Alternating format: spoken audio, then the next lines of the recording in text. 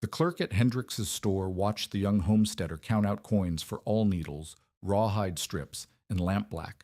No nails, no lumber, not a single thing a man building a roof would need.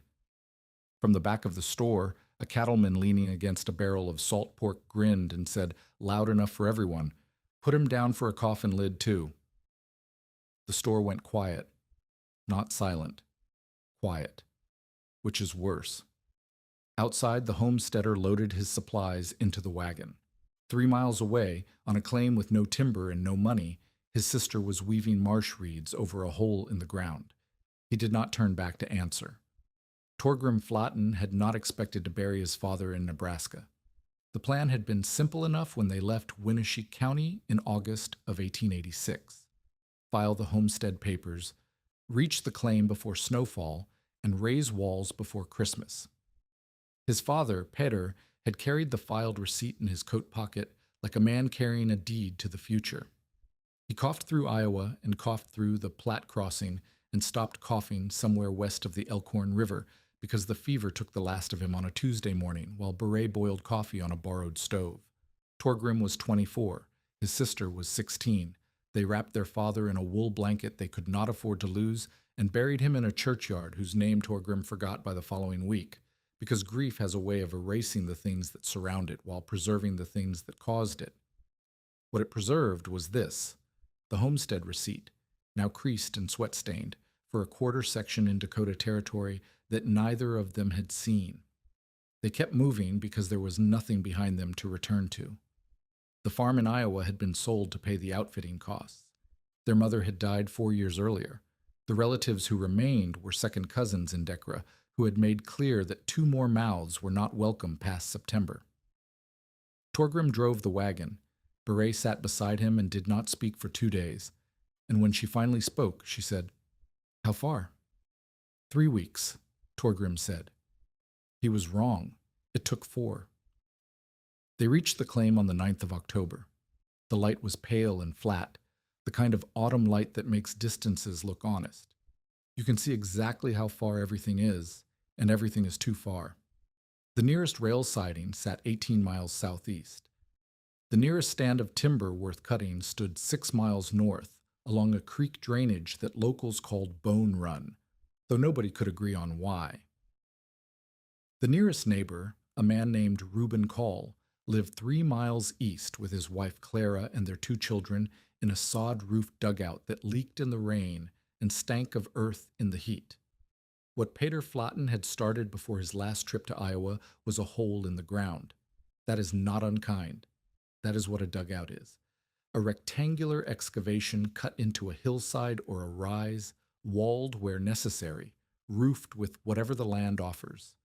The best ones, built by men with timber and time, became warm, solid shelters that lasted years. The worst ones became graves. Peter's excavation measured 14 feet by 16 feet. The north wall had been cut 4 feet deep into a low swell of prairie. The south wall was barely 2 feet because Peter had planned to build it up with sod blocks once the frame was in place. 4 cottonwood poles lay beside the pit, cut green and already starting to check along the grain. They were too short. A proper dugout roof needed beams spanning at least 12 feet with overhang, and these poles topped out at 10. Peter must have known. He must have planned to splice them or trade for longer ones.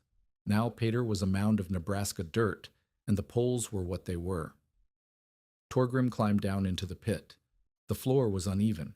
A broken wagon tongue lay against the east wall, snapped at the iron collar where it had caught a rock during the original excavation. The wind came over the rim and dropped into the hole like water into a bucket. Beret stood above, holding the cow's lead rope, and looked at the pit that was supposed to be a house. "This is it?" she said. Torgrim did not answer, because the answer was yes, and because saying it aloud would make the $28.60 in his pocket feel even lighter than they already did. The lumber order was the first disaster. Their father had arranged for milled boards and ridge beams to be freighted from the rail siding, enough to frame a proper dugout roof with planking, tar paper, and sod on top. The order had been placed in July. By October, freight damage and a railcar shortage had delayed it twice, and the supplier had repriced the load. The original cost had been $31. The new cost was $47, and that was before nails. Torgrim learned this from a freighter who stopped at the claim to water his team. The man chewed tobacco and delivered the news as if it were weather. Just a thing that happened, not his fault, not anybody's fault. The creditor in town would hold the lumber for 10 days. After that, it went to the next buyer on the list. $47. Torgrim had $28.60. He did the arithmetic standing in the pit while the wind pulled heat from his neck. Even if he spent every cent, he would still be $18 short. And if he spent every cent on lumber, he would have nothing left for nails, nothing for flour when the sack ran out, nothing for the stovepipe fittings he needed to make the chimney draw. He would have boards and no food, a roof and no fire.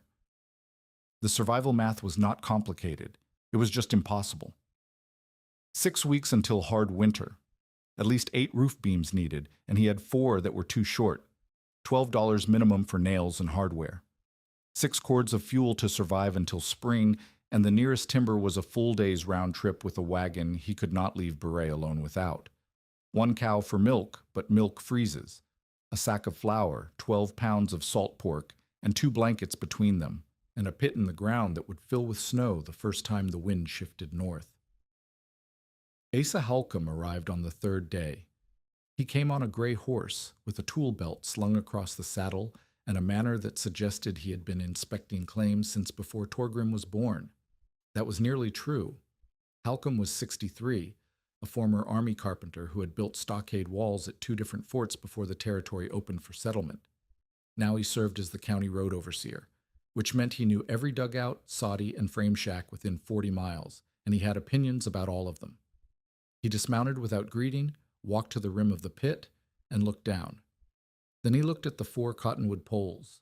Then he looked at Torgrim. "Your father started this?" Halcombe said. "He did." "Where is he?" "Nebraska." Halcombe understood the single word.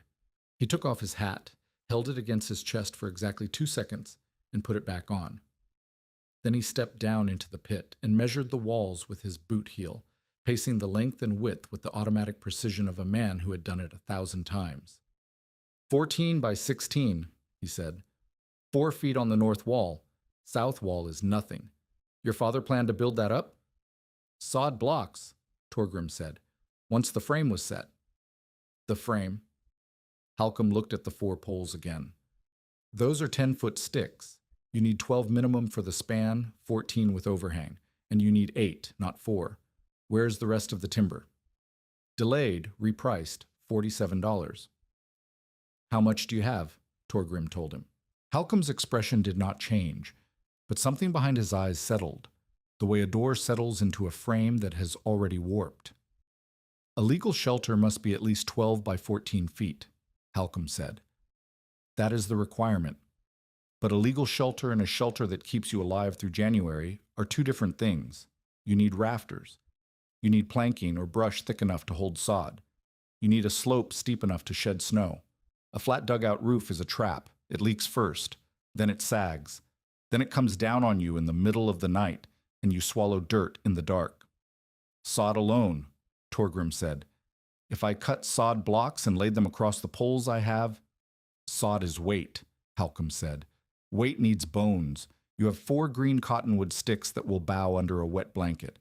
You put sod on those, you will be sleeping under 1,000 pounds of dirt held up by wishful thinking. He tapped the empty roofline with his knuckle. The air where a ridge beam should have been. A hole in the ground is not a house. Halcombe climbed out of the pit. He told Torgrim to come to town before the first snow if he decided to abandon the claim. He said it without cruelty, the way a man says a thing he believes to be inevitable. Then he mounted the gray horse and rode east without looking back. Beret was sitting on the wagon tongue with her coat pulled around her shoulders. She had heard all of it. She did not ask Torgrim what they were going to do. She asked him how long until the flour ran out. 6 weeks if we stretch it, Torgrim said. And winter? Torgrim looked at the pit. The wind had already started filling the south corner with dry grass and grit. A stovepipe lay in the brown weeds beside the excavation, waiting for a roof that did not exist. Winter is already here, he said. It just has not started killing yet. The idea did not arrive as an idea. It arrived as an observation, which is how most useful things begin on land that offers nothing except what you notice. On the 6th day, Torgrim walked to the cattail slough 3 miles south. He needed bedding material, dried cattail fluff for stuffing between blanket layers, the way his mother had done during cold springs in Iowa. The slough was a shallow, marshy depression fed by snowmelt and summer rain, thick with cattails standing 6 and 7 feet tall in brown ranks that rattled when the wind moved through them. He cut an armload of heads and was stripping the fluff when a freezing rain began. He waited under the wagon bed for the rain to pass. When it did, the marsh was glazed white. Ice coated every surface, every blade of grass, every stone, every cattail stem from root to crown. The weight should have flattened them. It did not. The cattails bent under the ice, bowed into long curves that touched the ground in places. But when the sun came through and loosened the glaze, they sprang back. Not all the way, but enough. Torgrim pulled one stem free and twisted it in his hands. It was fibrous, tough, and slightly flexible along its length. When he folded it sharply, it snapped. But when he bent it across a gentle curve, his knee, the wagon wheel rim, it held. The fibers compressed on the inside of the curve and stretched on the outside, and neither gave way. He stood in the frozen marsh holding a single cattail stem and thinking about his mother's hands. Beret remembered it before he said it aloud.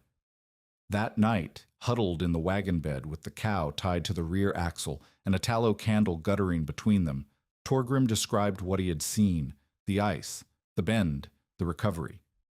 Beret's face changed. "Mother's baskets," she said. Their mother, Ragna, had woven rye straw baskets in the Iowa kitchen, not for sale, for use. She repaired broken ones by wetting new fibers and weaving them around the cracked rim, pulling them tight against the existing structure. As the straw dried, it contracted. Loose fibers became rigid. A basket that had been broken became a basket that held more than before because the repair was tighter than the original weave. Torgrim remembered his mother holding a cracked rim to the lamp and saying, "Loose things become strong when they pull against each other." The next morning, Torgrim cut 40 cattail stems. He sorted them by thickness. He tied 20 together in a flat bundle using strips cut from a ruined harness strap. He laid the bundle across the pit, resting on the north wall and the south rim, and pressed down with both hands. The single stem had snapped. The bundle of 20 bowed but did not break. He pressed harder. The fibers creaked. The bundle deflected 6 inches and held. He crossed 2 bundles at right angles. Where they touched, they gripped. The friction of reed against reed created a joint that was not as strong as a nail, but was not nothing. He tied the crossing point with a wet strip of harness leather. By afternoon, the strip had dried and tightened until he could not pull the bundles apart without cutting. The idea was forming, but it was not the idea he expected. He was not trying to make reeds act like beams. Beams resisted weight by being rigid. The reeds could not do that, but a basket did not resist weight by being rigid either.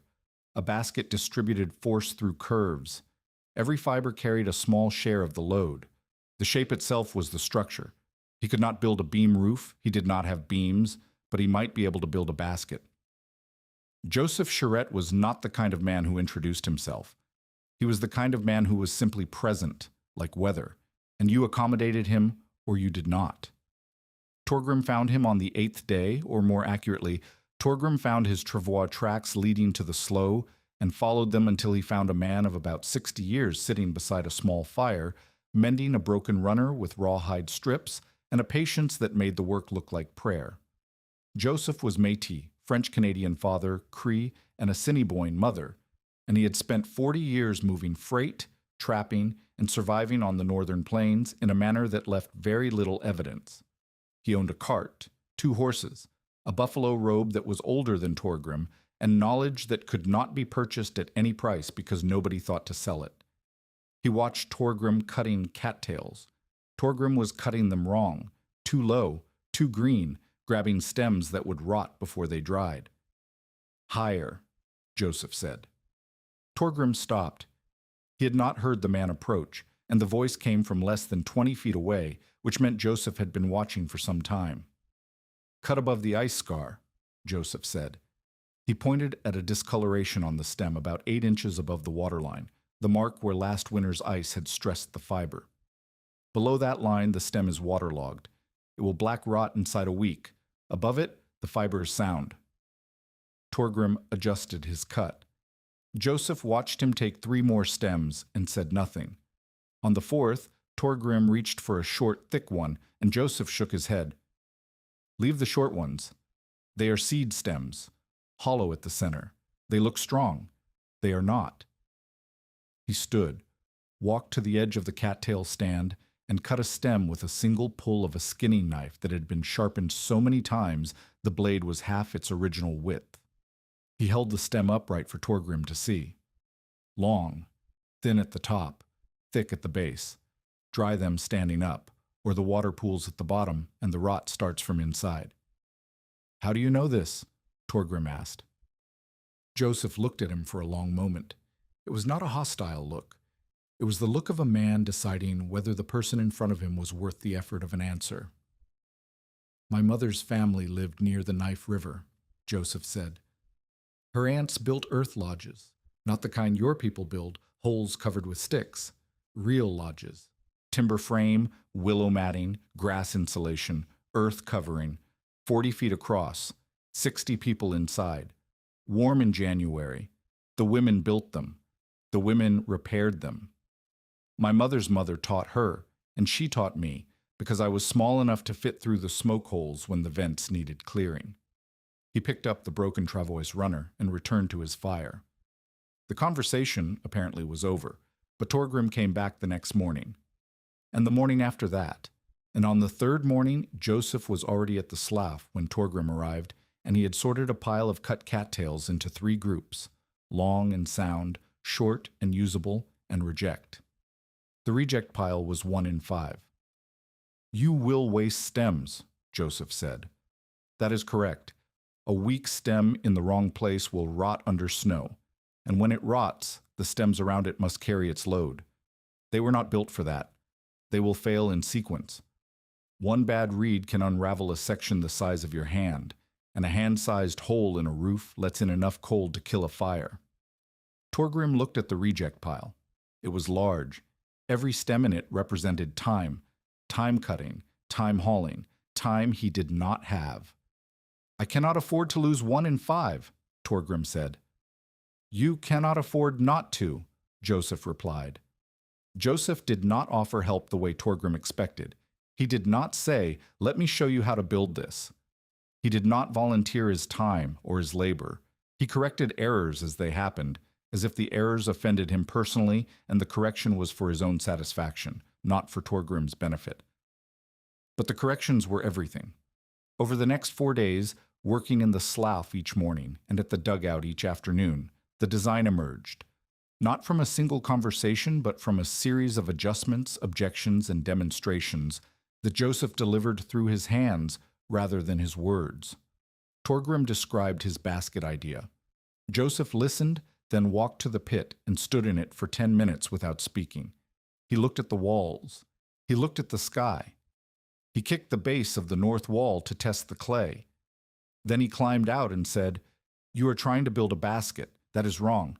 You are trying to build a lodge with poor materials. The distinction mattered. A basket held objects inside it. A lodge held people. A lodge managed heat, smoke, moisture, and wind. A basket only needed to be strong enough. A lodge needed to be smart enough. Joseph had seen earth lodges built by Hidatsa women who understood that insulation was not one thing but many things working together. Frame for shape, matting for wind, earth for mass, smoke for pest control, and snow for winter sealing. The snow was not a problem to be shed. It was the final layer. When snow packed on an earth lodge, the lodge became warmer, not weaker, because snow trapped air and air resisted cold. But Torgrim did not have heavy timber for a proper earth lodge frame. So Joseph adapted. A low woven dome over the dugout. Not a hemisphere. Too much height-wasted material. a broad, shallow curve rising 4 feet at the center above the pit floor, with the rim anchored to buried stakes driven at angles into the bermed walls.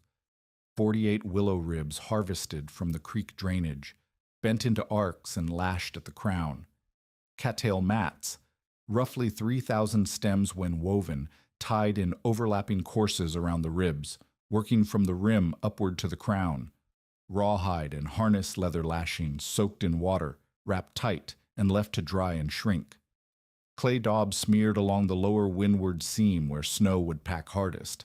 An interior reed mat ceiling to catch drips before they reached the sleeping shelf, and a smoke vent at the crown shielded by a movable reed cap that could turn with the wind. The sacrificial outer lattice was Joseph's addition, a loose weave of willow branches and long cattail stems lashed over the top of the finished dome, standing an inch or two above the main surface. Its purpose was not strength. Its purpose was to catch the first snow. Loose snow would settle into the lattice gaps instead of sliding off the dome. Once caught, the snow would pack, freeze, and bridge across the lattice into a solid shell. The dome would disappear under white, and the white would become the roof's final wall. Snow is not your enemy, Joseph said. Snow is your last builder. You must give it something to hold on to. If the snow slides off, you have a cold basket. If the snow stays, you have a warm lodge. Torgrim understood the principle. He did not yet trust it. Reuben Call was not a cruel man. He was a careful one, which in a country that killed careless people was nearly the same as being kind. He had a wife and 2 children under 5, a dugout with a cottonwood frame roof that held sod in dry weather and held mud in wet weather, and the permanent expression of someone calculating how much everything cost. He came to Torgrim's claim on the 11th day, not out of friendship, but out of the specific neighborly curiosity that develops when someone 3 miles away starts behaving strangely. Word had reached him, through the freighter, through a woman at the store, through the invisible telegraph of prairie gossip, that Pater Flayton's son was cutting cattails by the wagon load and carrying them to the claim. Reuben stood at the rim of the pit and looked at the framework taking shape below. The first 8 willow ribs lashed to the anchor stakes, the initial cattail bundles laid between them, the growing pile of sorted stems drying upright against the wagon. I heard about your father, Reuben said. I am sorry, Torgrim thanked him. I also heard you are building a roof out of swamp grass. Cattail, Torgrim said. Cattail and willow. Reuben climbed down into the pit. He touched one of the willow ribs. It flexed under his hand. He pressed one of the tied cattail bundles. It gave, then resisted, then gave again. How much snow can this hold? He asked. That is what we are going to find out. No, Reuben said. That is what your sister is going to find out. She is the one sleeping under it. He looked at Torgrim directly. I have seen sod roofs fail. I have seen cottonwood beams snap. I have pulled dead men out of dugouts that looked solid the day before. You are telling me that reeds tied with boot leather will do what timber cannot? Joseph was sitting on the south rim, watching. He did not speak. He picked up a single cattail stem and snapped it between 2 fingers. Then he picked up a bundle of 20 and laid it across 2 stones. He pressed 1 finger into the center of the bundle. It bowed. It did not break. Straight things break, Joseph said. Curved things talk back. Reuben looked at Joseph. He looked at the bundle. He looked at Torgrim. I hope you're right, he said, because if you're wrong, I am the one who will have to dig you out. Word traveled the way words travel on treeless ground, fast and crooked. By the end of the 2nd week, half the settlement within 10 miles knew that the Norwegian on the Flaten claim was building an upside-down basket over his dugout, guided by a Métis drifter who claimed marsh grass could keep out winter. The story grew with each telling. Some said Torgrim was simple, some said he was cheap. Some said the Métis was a swindler selling Indian tricks to a grieving boy. Ephraim Vale heard the story at Hendricks's store on a Wednesday. Vale was 46, thick through the shoulders, and owned nothing he could not move on horseback. His cattle, 130 head of mixed longhorn and shorthorn grazed open range that included the low spring on Torgrim's claim and the marsh grass along the slough bottom. He did not own the land, he used it. That distinction mattered to him only when someone threatened to close the gap between using and owning. Torgrim had come to the store that morning for all needles, rawhide strips, and lampblack. He needed the all needles to punch holes in wet cattail mats for lashing. He needed the rawhide to replace the harness leather that was running out. He needed the lampblack for Beret, who had begun marking weak spots in the weave so Torgrim could find and reinforce them in failing light. He did not need nails. He did not need lumber. He did not need anything that a normal homesteader building a normal roof would need. Vale watched the purchase from the back of the store. He leaned against a barrel of salt pork and grinned at the clerk. "Put him down for a coffin lid, too," Vale said. The store went quiet. Not silent, quiet, which is worse because silence means nobody heard, and quiet means everybody did. Torgrim turned. Vale was taller and heavier and had two men with him, riders who worked his cattle and shared his opinion of homesteaders the way employees share the opinions of the man who pays them. "You are the one building the basket," Vale said. It was not a question. "I'm building a roof. With swamp weeds. With cattail and willow, over a bermed dugout, on my father's claim." Vale straightened from the barrel. "Your father's claim includes the spring I have been watering stock at for 3 years. If that claim sits empty by December, nobody has to pretend it is a working homestead." There it was, not hidden, not implied. Vale wanted the land because Vale wanted the water, and the fastest way to get both was to let winter do what winter did to unprepared men. Torgrim picked up his purchases, paid, and walked out. He did not answer Vale's last remark, which was directed at the store at large. $5 says the girl is living with the Calls by Christmas." Outside, the air was cold, and the light was fading. Torgrim loaded the supplies into the wagon and sat for a moment with his hands on his knees. His father was dead. His money was almost gone. A man with cattle and influence wanted him to fail. A county road overseer had told him his plan was suicide. His neighbor thought he was gambling with his sister's life, and winter was 5 weeks away, and the roof was not half built. He drove back to the claim. Beret had supper waiting, salt pork and boiled flour and water that was not quite soup and not quite anything else. They ate in the wagon bed because the pit was too cold after sundown. Torgrim told her about Vale. Beret listened and said nothing until he was finished. "He is not wrong that it is dangerous," she said. "No. He is wrong that we have a choice." Torgrim looked at his sister.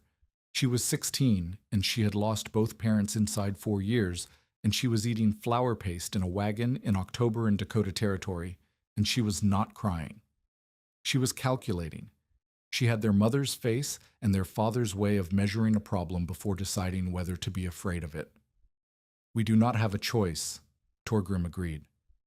"Then stop going to the store," Beret said. "Every hour you spend defending this roof is an hour you are not building it. If you have ever been dismissed by someone who could not see what you were building, tell us about it in the comments. That kind of doubt has a weight to it, and this story is just getting started." Construction began in earnest on the 15th day. Torgrim divided the work into stages, not because he was methodical by nature, but because Joseph made him. "You want to do everything at once," Joseph said on the first morning. "That is how you build something that fails everywhere at once. Build in order. Each layer holds the next." Stage 1 was the pit. Torgrim and Beret spent 2 days reshaping the excavation, squaring the corners, cutting the south wall deeper, and berming the rim with the displaced clay and sod. Joseph showed Torgrim how to angle the berm inward at the top so that the dome ribs could seat against a sloped surface rather than a vertical edge. A vertical edge concentrated force at a line. A slope distributed it across a surface. The difference, Joseph said, was the difference between a knife and a hand. The pit grew from 14 by 16 to a usable 16 by 20 at the floor, narrowing to 14 by 18 at the rim after the berm was in place. Beret packed the south-facing entry slope with gravel from the creek bed, hauled in the wagon one load at a time. It was brutal work for a girl her size, but she did not ask for help, and Torgrim did not offer it, because they both understood that pity was a luxury they could not carry. Stage 2 was the anchor ring.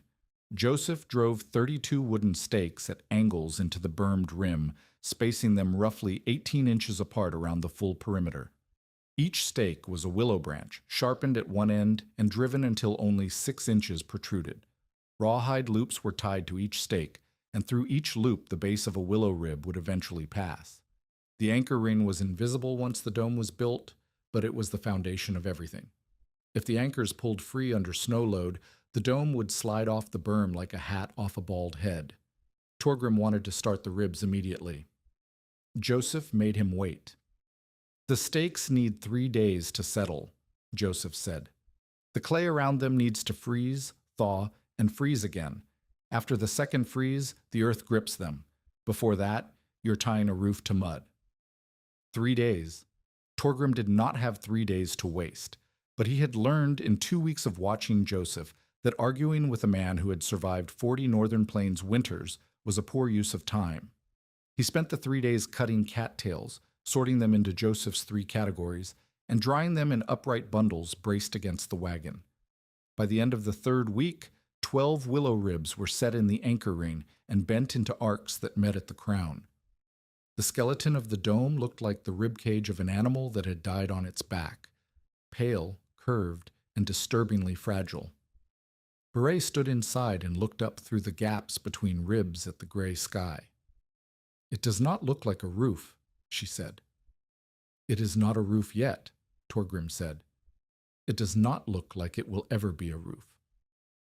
Torgrim did not have a good answer for that, because she was right.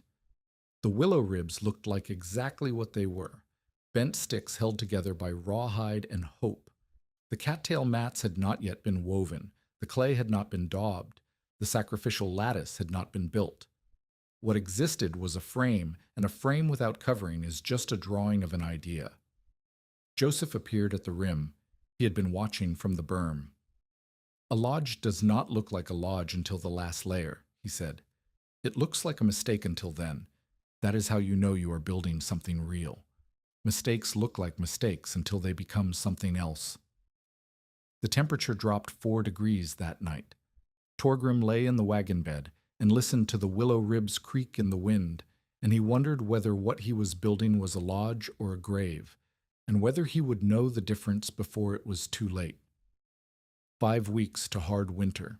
The frame was bare. The mats were unfinished. The skeptics were circling, and the first snow had not yet fallen, which meant the final builder, the snow itself, had not yet arrived to seal the work or destroy it. The only certainty was the wind, and the wind offered nothing except the sound of time running out. The 4th week broke Torgrim's hands. Not all at once, not dramatically. The skin split first along the knuckles where the rawhide strips pulled across bone as he tightened each lashing. Then the cracks deepened at the base of his thumbs where he gripped the wet cattail bundles and twisted them into the weave. By the 3rd day of continuous mat work, the splits had widened into raw channels that bled when he flexed his fingers and burned when the wind found them. Joseph showed him the lashing technique on a cold morning when frost lay white across the berm.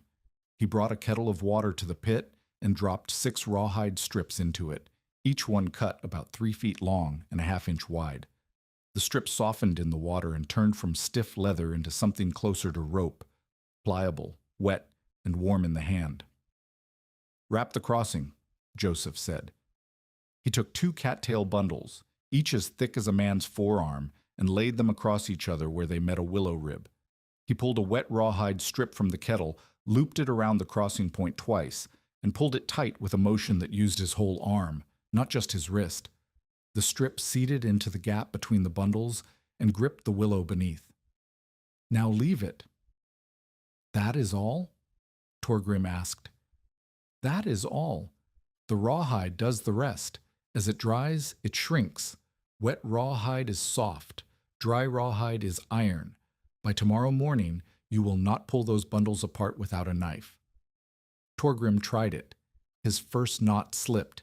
The wet strip slid across the reed surface like a fish through hands.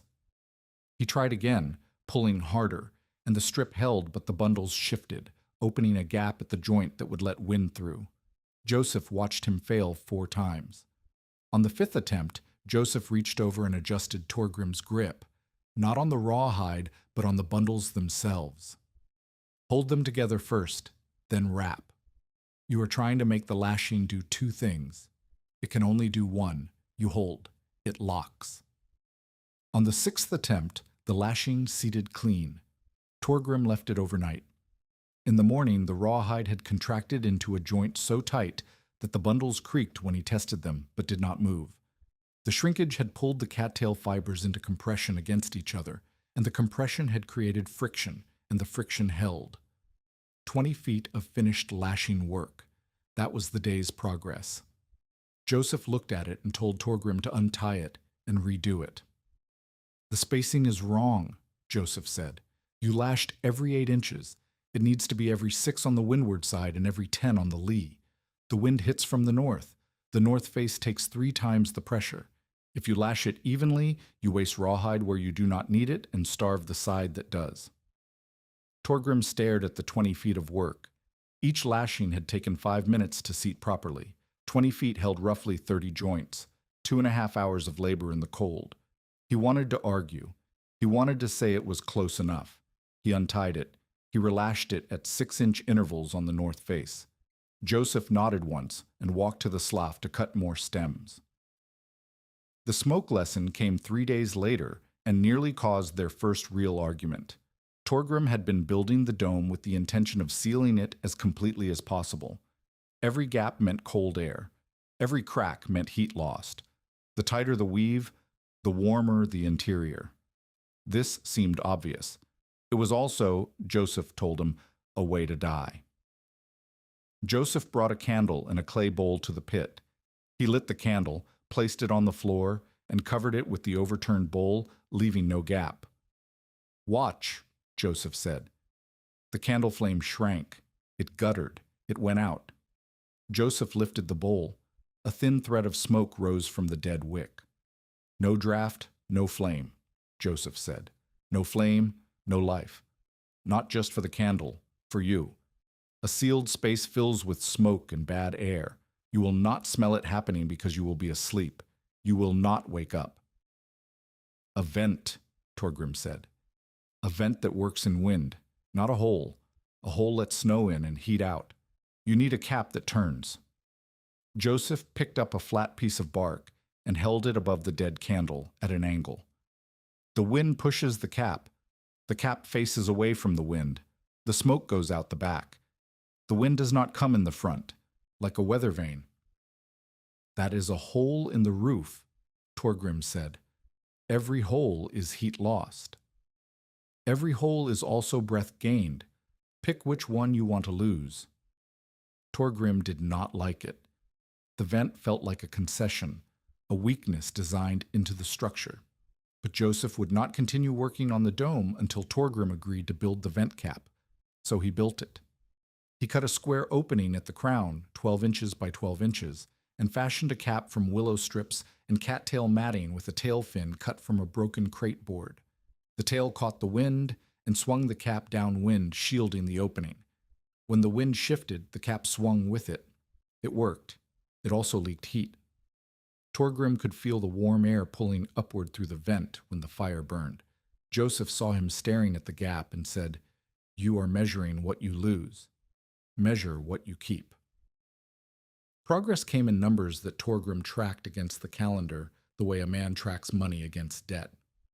By the end of week 3, 12 willow ribs set, pit walls bermed with clay and sod, the anchor ring tested and holding after 2 freeze-thaw cycles. By the end of week 4, the first cattail mat panels sewn, 32 panels, each roughly 3 feet by 4 feet, tied to the ribs in overlapping courses starting from the rim. The dome was half covered. From outside, it looked like a wound being slowly bandaged. By the end of week 5, Torgrim's hands had split in 6 places. Beret found him after dark, wrapping his fingers with strips torn from her petticoat, and she said nothing about it, and he said nothing about it. and the silence between them was the kind that holds more weight than words. She had sacrificed underclothing she could not replace because he needed his hands more than she needed modesty, and neither of them would acknowledge the transaction because acknowledging it would mean admitting how close to the edge they were. The setbacks came faster than the progress. A night wind in the fourth week tore loose 6 panels from the southeast quadrant. The lashings had been done at 10-inch intervals on the lee side, exactly as Joseph had prescribed, but the wind had not come from the north. It had come from the southeast, a freak gust that hit the weaker lashing pattern from the wrong direction. Torgrim found the panels scattered across the prairie at dawn, wet with dew and crusted with frost. Reuben Call helped drag them back. He arrived without being asked because the crash of reed panels in the dark carries farther than a man thinks, and Reuben's wife Clara had woken him with a hand on his shoulder and said, "Something happened at the flattened place." They repaired the damage in 4 hours. Reuben worked alongside Torgrim and said very little, and when the last panel was relashed at tighter intervals, Reuben stepped back and said, "I still think this roof will kill you." "You're helping me rebuild it," Torgrim said. "I can think you are wrong and still not want you dead. Those are 2 different things." The cow was the second disaster. A hobbled cow should not have been able to reach the dome, but the hobble pin pulled loose from rain-softened ground, and the cow wandered to the south face and stepped through the outer lattice. One hoof punched through the sacrificial weave and drove into the cattail matting beneath. The hole was 2 feet across. 2 days of work gone. Torgrim repaired it. He repaired it again after a hailstorm drove ice pellets into the north face hard enough to loosen 4 lashing points. He repaired it again after Beret found a section of rotted cattail that Joseph's sorting had missed, a stem that had looked sound on the outside but carried black rot in the core, exactly as Joseph had warned. The rot had spread to 3 neighboring stems before Beret's lampblack markings caught it. Beret's system had become essential. She walked the interior each morning with a pot of lampblack paste and a twig brush, marking every spot where light showed through the weave, every lashing that had loosened overnight, every damp patch that suggested a stem was failing from the inside. The black crosses on the reed ceiling became a map of vulnerability that Torgrim could read after dark by lantern light. Without the marks, he would have been reinforcing blind. Then Vale's riders came. They drove cattle near the slough on a Tuesday thaw, 30 head, pushed hard through the marshy ground where Torgrim had laid out 3 days of cut cattails to dry. The hooves churned the drying racks into mud, 200 stems ruined, not an accident. You do not drive cattle through a slough for water when the creek runs clean a quarter-mile east. Torgrim stood at the edge of the ruined drying field and said nothing. Joseph, who had seen the riders from half a mile away, said, "He wants you to fight. If you fight, he wins with witnesses. If you do not fight, you lose 3 days of cutting. I lose 3 days either way. Then lose them cutting, not bleeding." Asa Halcombe returned for a second inspection at the end of the 5th week. He did not announce himself. Torgrim heard the gray horse before he saw it, and when he climbed out of the pit, Halcombe was already standing at the rim, looking down at the dome taking shape. The structure had changed since his first visit. The berm was solid, the ribs curved in clean arcs. More than half the dome was covered in overlapping cattail panels, and the covered sections had a density to them that the bare skeleton had lacked. The sacrificial lattice was being laid across the north shoulder. The vent cap turned slowly in the wind. Halcombe climbed down without asking. He walked around the interior, ducking under the dome where the clearance dropped near the rim. He pressed his hand against the covered section of the dome. It gave under his palm, the cattail matting deflecting inward, the willow ribs bending, the whole section flexing like the side of a breathing animal. He pressed harder. It gave more. He released, and it settled back. "That is the problem," Halcombe said. Joseph had been watching from the entry passage. "That is the hope," he replied. Halcombe turned.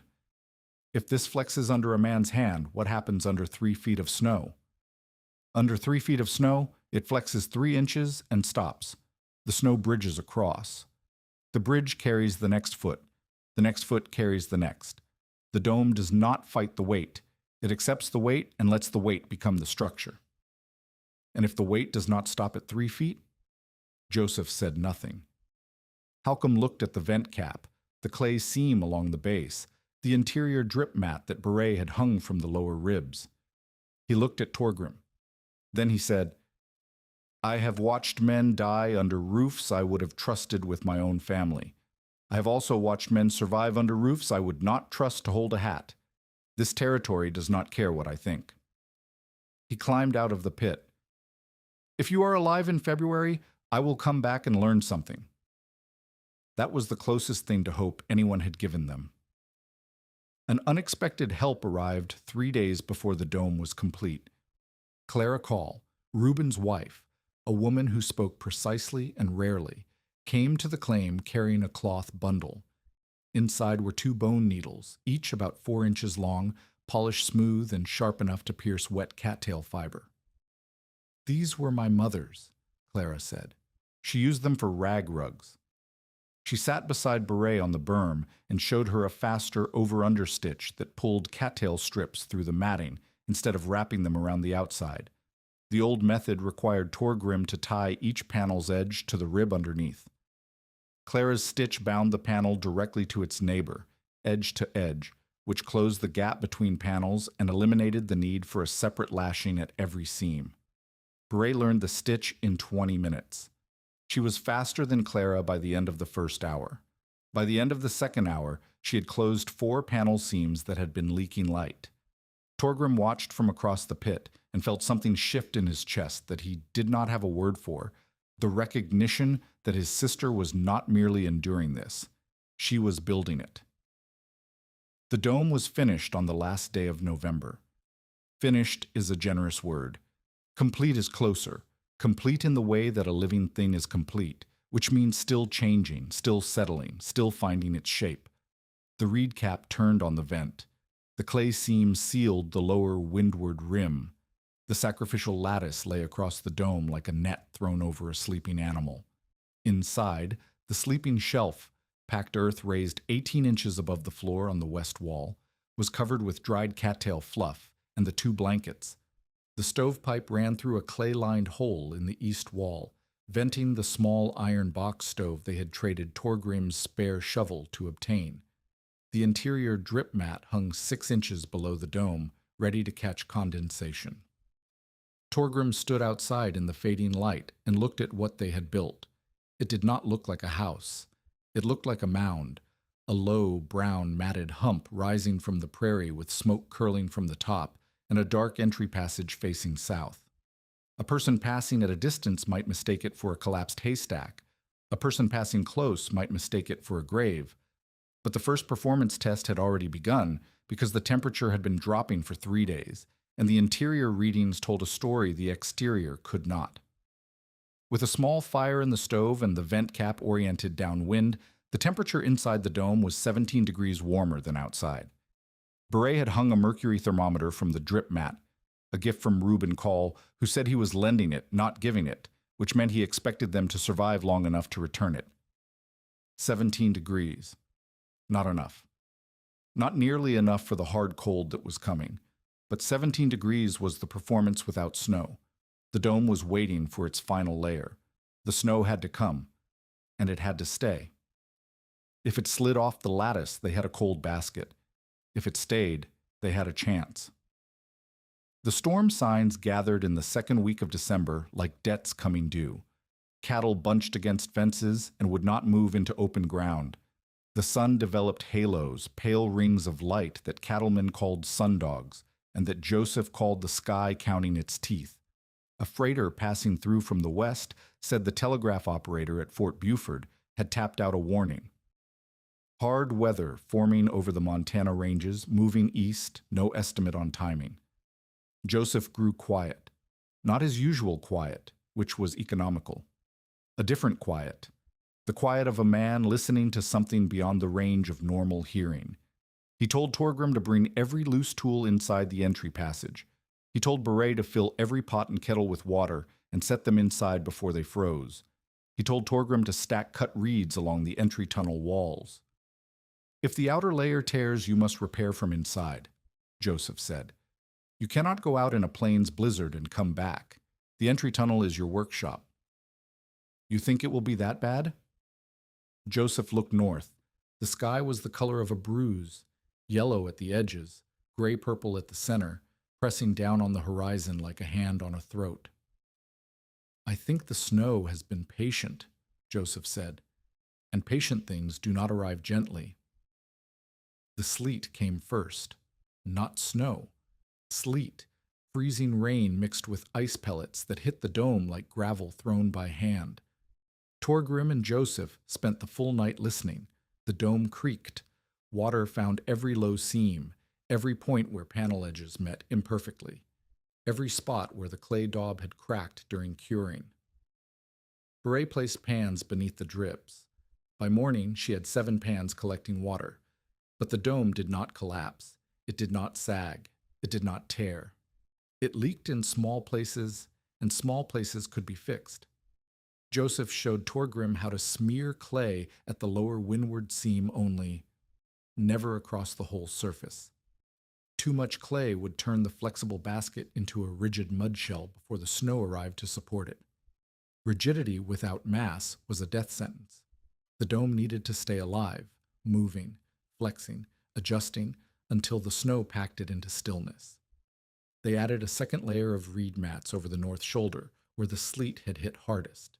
They left the crown flexible. The vent cap tail fin was not catching the wind properly in gusts, so Torgrim cut a wider fin from the last piece of crate board. The smoke drew better after that, and the interior warmed 2 degrees.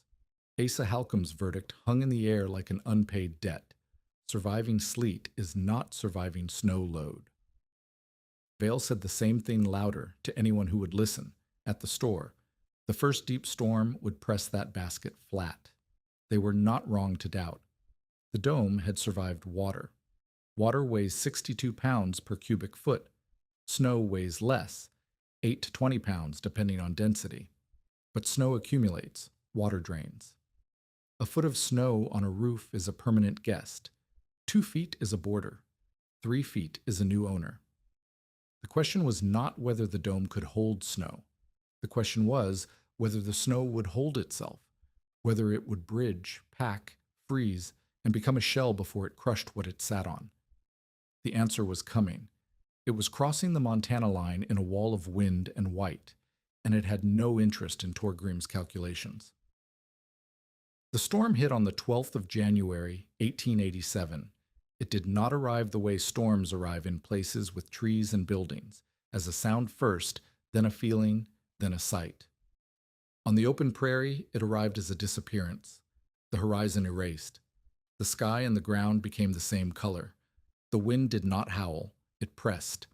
A constant physical pressure from the north that leaned against anything standing and would not stop leaning. Snow began as dry powder, fine, sharp crystals that stung exposed skin like sand. The powder drove sideways. It did not fall. Falling implies gravity. The snow was horizontal, propelled by wind speeds that stripped the surface and rebuilt it somewhere else. Drifts formed in minutes. A fence post visible at noon was buried by 2 in the afternoon. By dusk, the dugout had vanished. Not collapsed. Vanished. The snow had filled the terrain around the mound, risen above the berm, and continued rising until the dome was a white hump indistinguishable from the drifts around it. The entry passage, the south-facing tunnel that Joseph had insisted they build long enough for 2 people lying end to end, filled with drifted snow to within 3 feet of the inner flap. Inside, 3 things happened at once. The first was the sound. The dome groaned, not cracking, groaning, the way a ship groans in heavy seas. The reed lashings creaked like harness leather under load. The willow ribs, already curved further. Beret watched the lamp-black crosses on the interior drip mat shift as the weave beneath them flexed under the accumulating weight. A cross that had been at eye level when she marked it was now 2 inches lower. The dome was settling. Torgrim reached for the stovepipe, the idea of wedging it vertically under the crown as a brace. Joseph caught his arm. "No," Joseph said. A rigid prop inside a moving roof will punch through. The dome must settle evenly. If you hold one point still and the rest moves, you create a shear line. The shear line becomes a tear. It is bending, Torgrim said. It is designed to bend. Watch the lashings. Torgrim watched. The rawhide lashings at the crossing points were straining, pulling tight as the cattail bundles tried to spread under the load. But they were not breaking. They were doing what rawhide does under tension. They were holding. The shrinkage that had locked the joints during curing was now resisting the force that tried to unlock them. Each lashing was a small argument between the weight of the snow and the grip of the leather, and the leather was winning, not because it was stronger than the snow, but because it was distributed across 1,000 points instead of concentrated at one. The second threat was the smoke. As snow packed against the vent cap, the draft reversed. Smoke that should have risen through the vent rolled back into the interior, filling the upper space with a gray haze that smelled of green cottonwood and ash. Beret coughed. Torgrim coughed. Joseph pointed at the entry tunnel. Torgrim crawled into the tunnel on his belly. The snow had drifted to within arm's reach of the inner flap. He pushed through with a reed pole, one of the spares Joseph had made him stack along the tunnel walls, and shoved it upward through the drift until he felt the resistance break and cold air rush down the pole's path. He worked the pole in circles, widening the channel until he reached the vent cap and knocked the packed snow free. Air moved. The smoke reversed direction, pulling upward through the cleared vent and out into the storm. Torgrim crawled back inside. His left cheek was white with frost where it had pressed against the snow wall of the tunnel. Beret touched it with her hand and said nothing, and Torgrim felt the warmth of her palm against the numbness and understood that the frost had gone deeper than the skin. He would need to clear the vent every 3 hours. The third threat came at midnight, a pounding on the outer drift, not wind, rhythm, a human rhythm, fist against packed snow, muffled but deliberate. Torgrim pressed his ear to the entry tunnel wall and heard Reuben Call's voice, broken by wind, calling his name. Torgrim dug. He dug from inside using his hands and the flat of the shovel, working outward through 3 feet of drift, until a gust of white air hit his face and Reuben Call fell into the tunnel like a man falling into a hole he could not see. Reuben's face was gray. Ice clung to his eyebrows and the stubble on his jaw. He was carrying his youngest child inside his coat, a boy of 2, feverish and limp. Behind him, pushing through the tunnel on her knees, Clara Call held their daughter against her chest. Both children were wrapped in blankets that were already stiff with frost. "Our roof," Reuben said. He did not finish. He did not need to. Torgrim understood. Part of Reuben's dugout roof, the sawed-over cottonwood frame roof that Asa Halcombe would have approved, had spilled.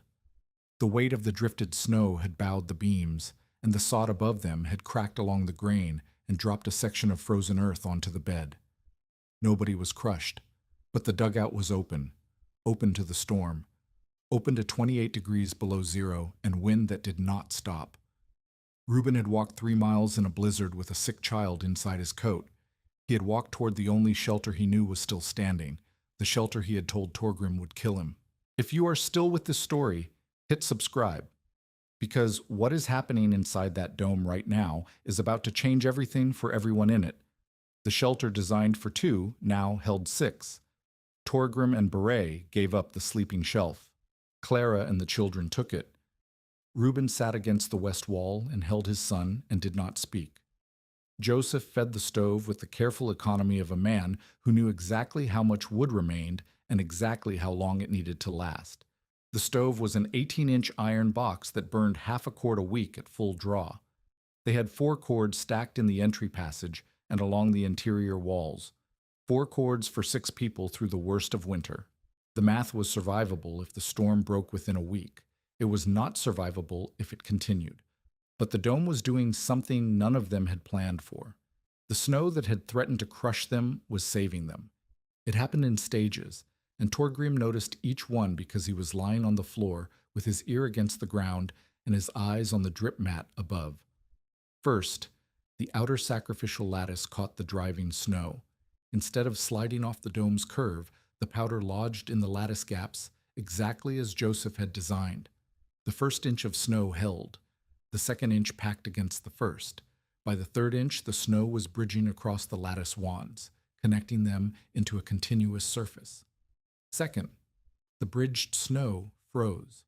Night temperatures compressed the crystals. The air trapped between them, millions of tiny dead spaces where no wind could move, became insulation. Each inch of frozen snow added roughly 1 degree of thermal resistance.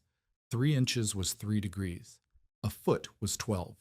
By the time the drift had packed 2 feet deep across the dome, the thermal resistance of the snow shell alone was approaching the equivalent of 20 degrees of insulation. Third, the interior dripping stopped. The dome had been leaking at every imperfect seam since the sleet.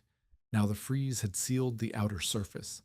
Moisture that had been finding its way through the reed matting was blocked by a shell of ice and packed snow. The drip pans went dry. Beret noticed first. She touched the drip mat, and her fingers came away dry for the first time since the dome was finished. Fourth, the temperature climbed. Not dramatically, not comfortably, but the mercury in Reuben's borrowed thermometer rose from 9 degrees above zero, where it had been when the storm hit, to 15, then to 19 as the snow continued packing, then to 23 near the sleeping shelf, where the heat from 6 bodies in a banked stove collected against the curved ceiling.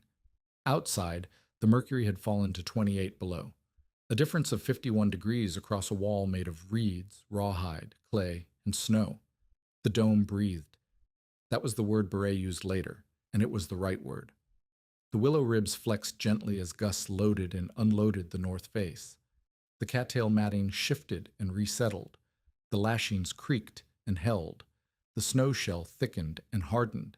The whole structure was alive, moving, adjusting, absorbing, in a way that a rigid roof could never be, because a rigid roof could only resist until it broke, and this roof did not resist. It accepted. It bent. It let the snow become part of itself. Reuben's roof had been rigid. Reuben's roof had broken. Outside, the storm dismantled things. The news arrived in fragments over the following days, carried by men who had survived the walk from one shelter to another.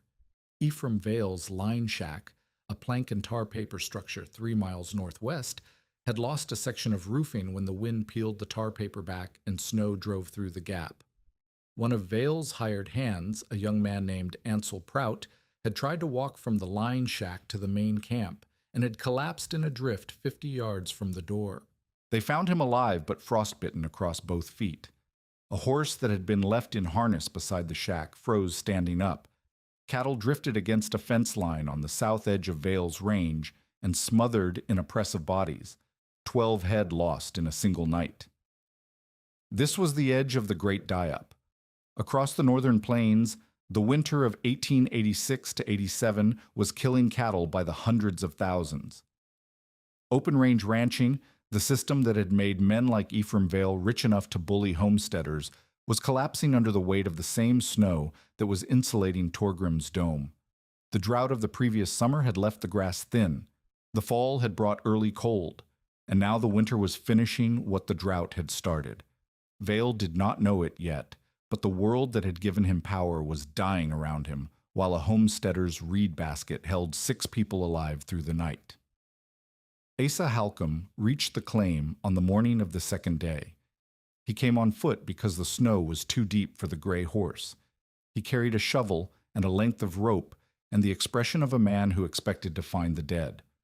What he found was a white mound, rounded, featureless, indistinguishable from the drifts except for one thing: a thin thread of smoke rising from the crown, threading upward through the vent cap and dissolving into the gray sky.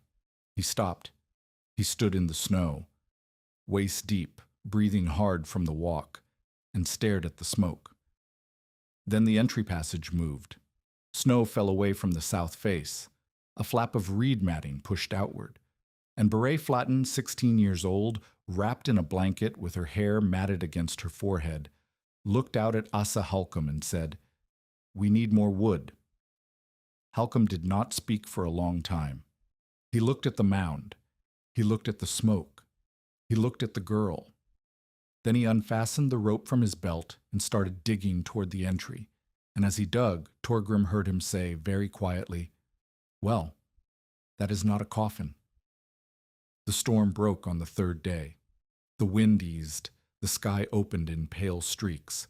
The temperature rose to 12 below, which felt like mercy after 28 below, which tells you something about what the prairie does to a person's understanding of mercy. Torgrim crawled out of the entry passage and stood on the drift. The world was white and still. The dome rose from the snow like a burial mound, white, curved, silent except for the thin column of smoke. Reuben Call's dugout was a dark stain 3 miles east, where the collapsed roof had let the storm inside. The measurable outcome was this: outside morning temperature 28 degrees below zero at the storm's worst. Inside, with a banked fire and 6 people breathing, 11 degrees above zero near the floor and 23 degrees above zero near the sleeping shelf. The difference between the two sides of the wall was 51 degrees. The wall was made of cattail, willow, rawhide, clay, and snow. Not comfortable, not warm, but the children were alive. Reuben's fever-sick boy was sleeping. Clara was awake and dry, and the reed dome, the upside-down basket, the coffin, the swampweed folly that a county road overseer and a cattleman and half the settlement had dismissed, was standing. It was standing because it had not tried to stand. It had tried to bend. And the snow had rewarded the bending by becoming the strongest part of the roof. The crisis was over. But the sound of Reuben Call pounding on the outer drift at midnight, the desperate rhythm of a father carrying a sick child toward a shelter he had doubted. That sound would echo through every conversation, every inspection, and every argument about roofing methods in the county for the next 3 years. Because the question was no longer whether the dome worked. The question was what it meant that the dome worked when everything else had failed. The visitors began arriving before the last drift had settled. They did not come to apologize. That would come later, or not at all, depending on the person. They came to look. The way people look at something that should not exist, not with admiration first, but with suspicion, the need to find the flaw, to confirm that what they believed was still correct and what they were seeing was a trick of circumstance. The dome had survived. That did not mean the dome was right. It meant the storm had been kind, or the builder had been lucky, or the snow had fallen at precisely the angle needed to avoid collapse. The first to come after Halcombe was a man named Grindheim, who lived 7 miles north and had lost 2 calves and a section of his root cellar roof. He stood on the drift and looked at the smoke threading from the vent cap and said, "How deep is the snow on it?" 3 feet and some, Torgrim said. "We have not measured since the storm." And underneath that, reeds?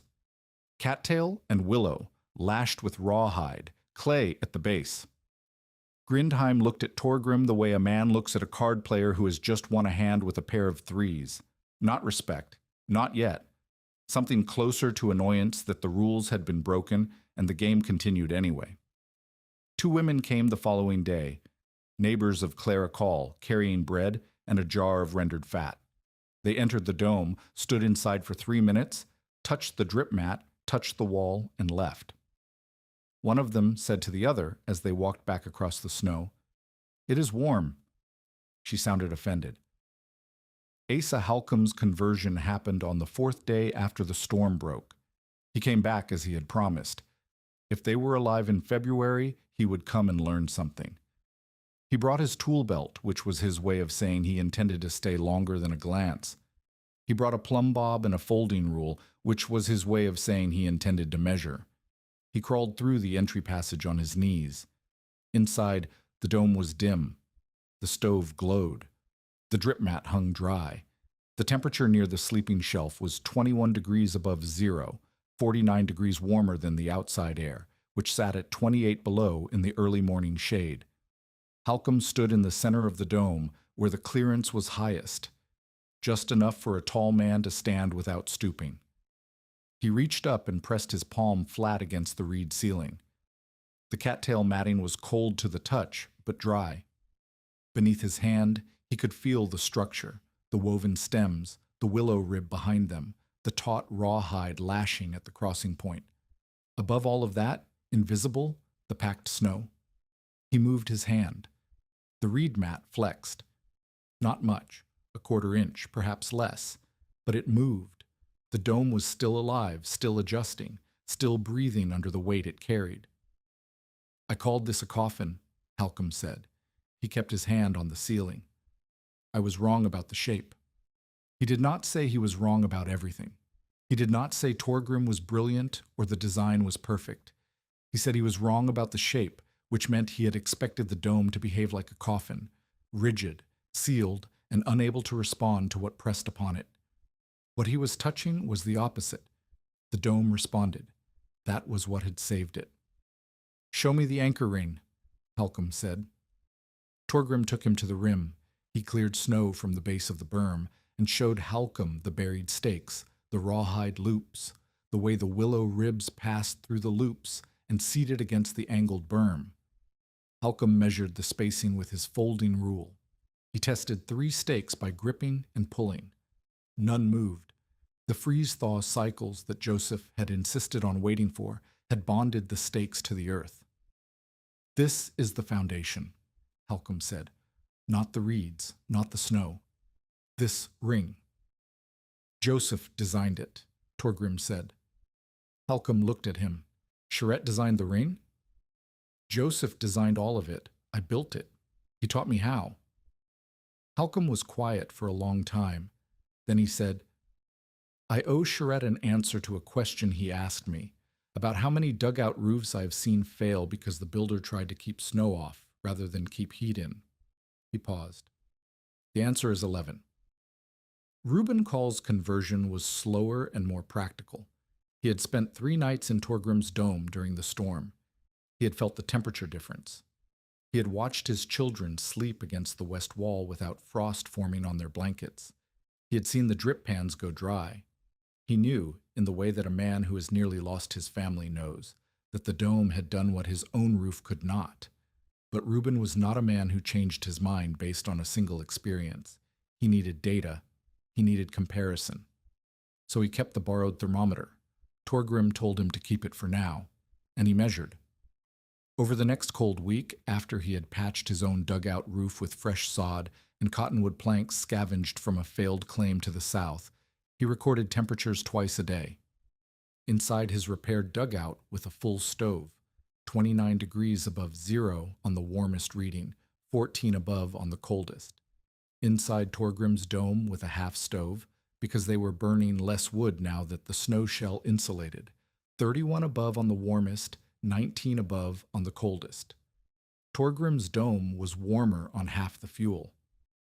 Reuben walked to the claim on a bright frozen morning and asked Torgrim to explain the principle. Not Joseph's version, with demonstrations and silences. Torgrim's version, with numbers. Torgrim made him work first. He had learned this from Joseph without realizing he had learned it. Before he explained anything, he had Reuben press a single cattail stem until it snapped. Then he had Reuben press a bundle of 20 until it bowed but held. Then he had Reuben stand under the dome crown while Torgrim loosened a temporary brace, a support they had added during a repair and not yet removed. The dome settled an inch. Reuben flinched. The dome stopped. "It bends," Torgrim said. "Bending is not failing. Bending is the dome finding where the weight wants to go. If it cannot bend, it has to break."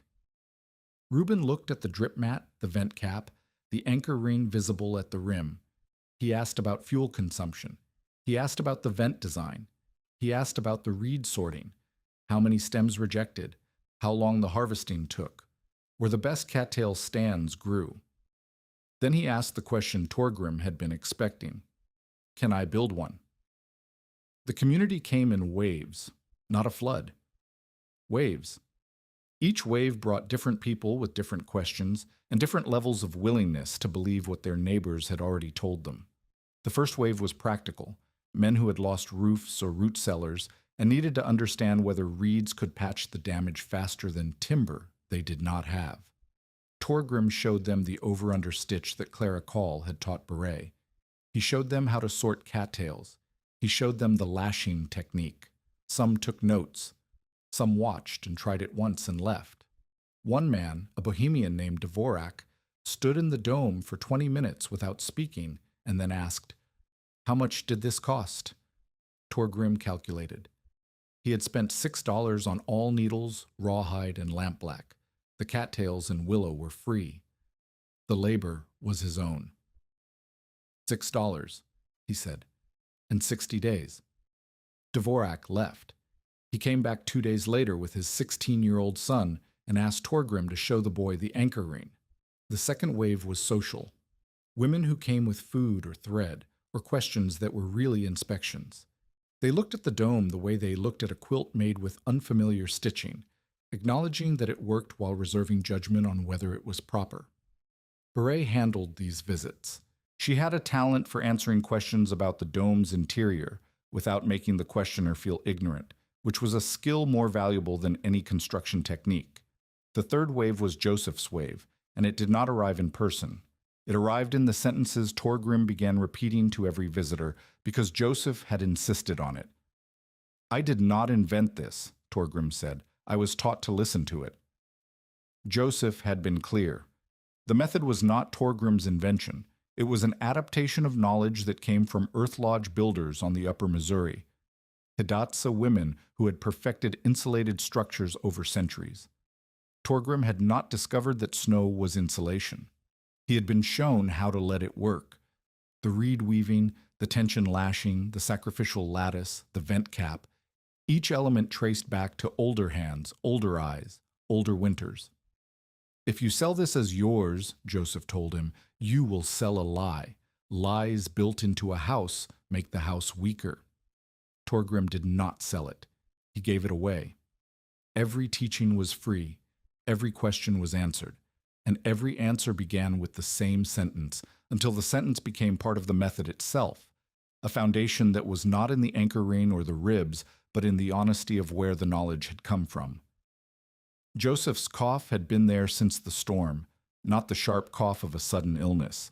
The deep, settled cough of a man whose lungs had spent 60 winters taking in cold air and had finally decided to stop cooperating. He did not mention it.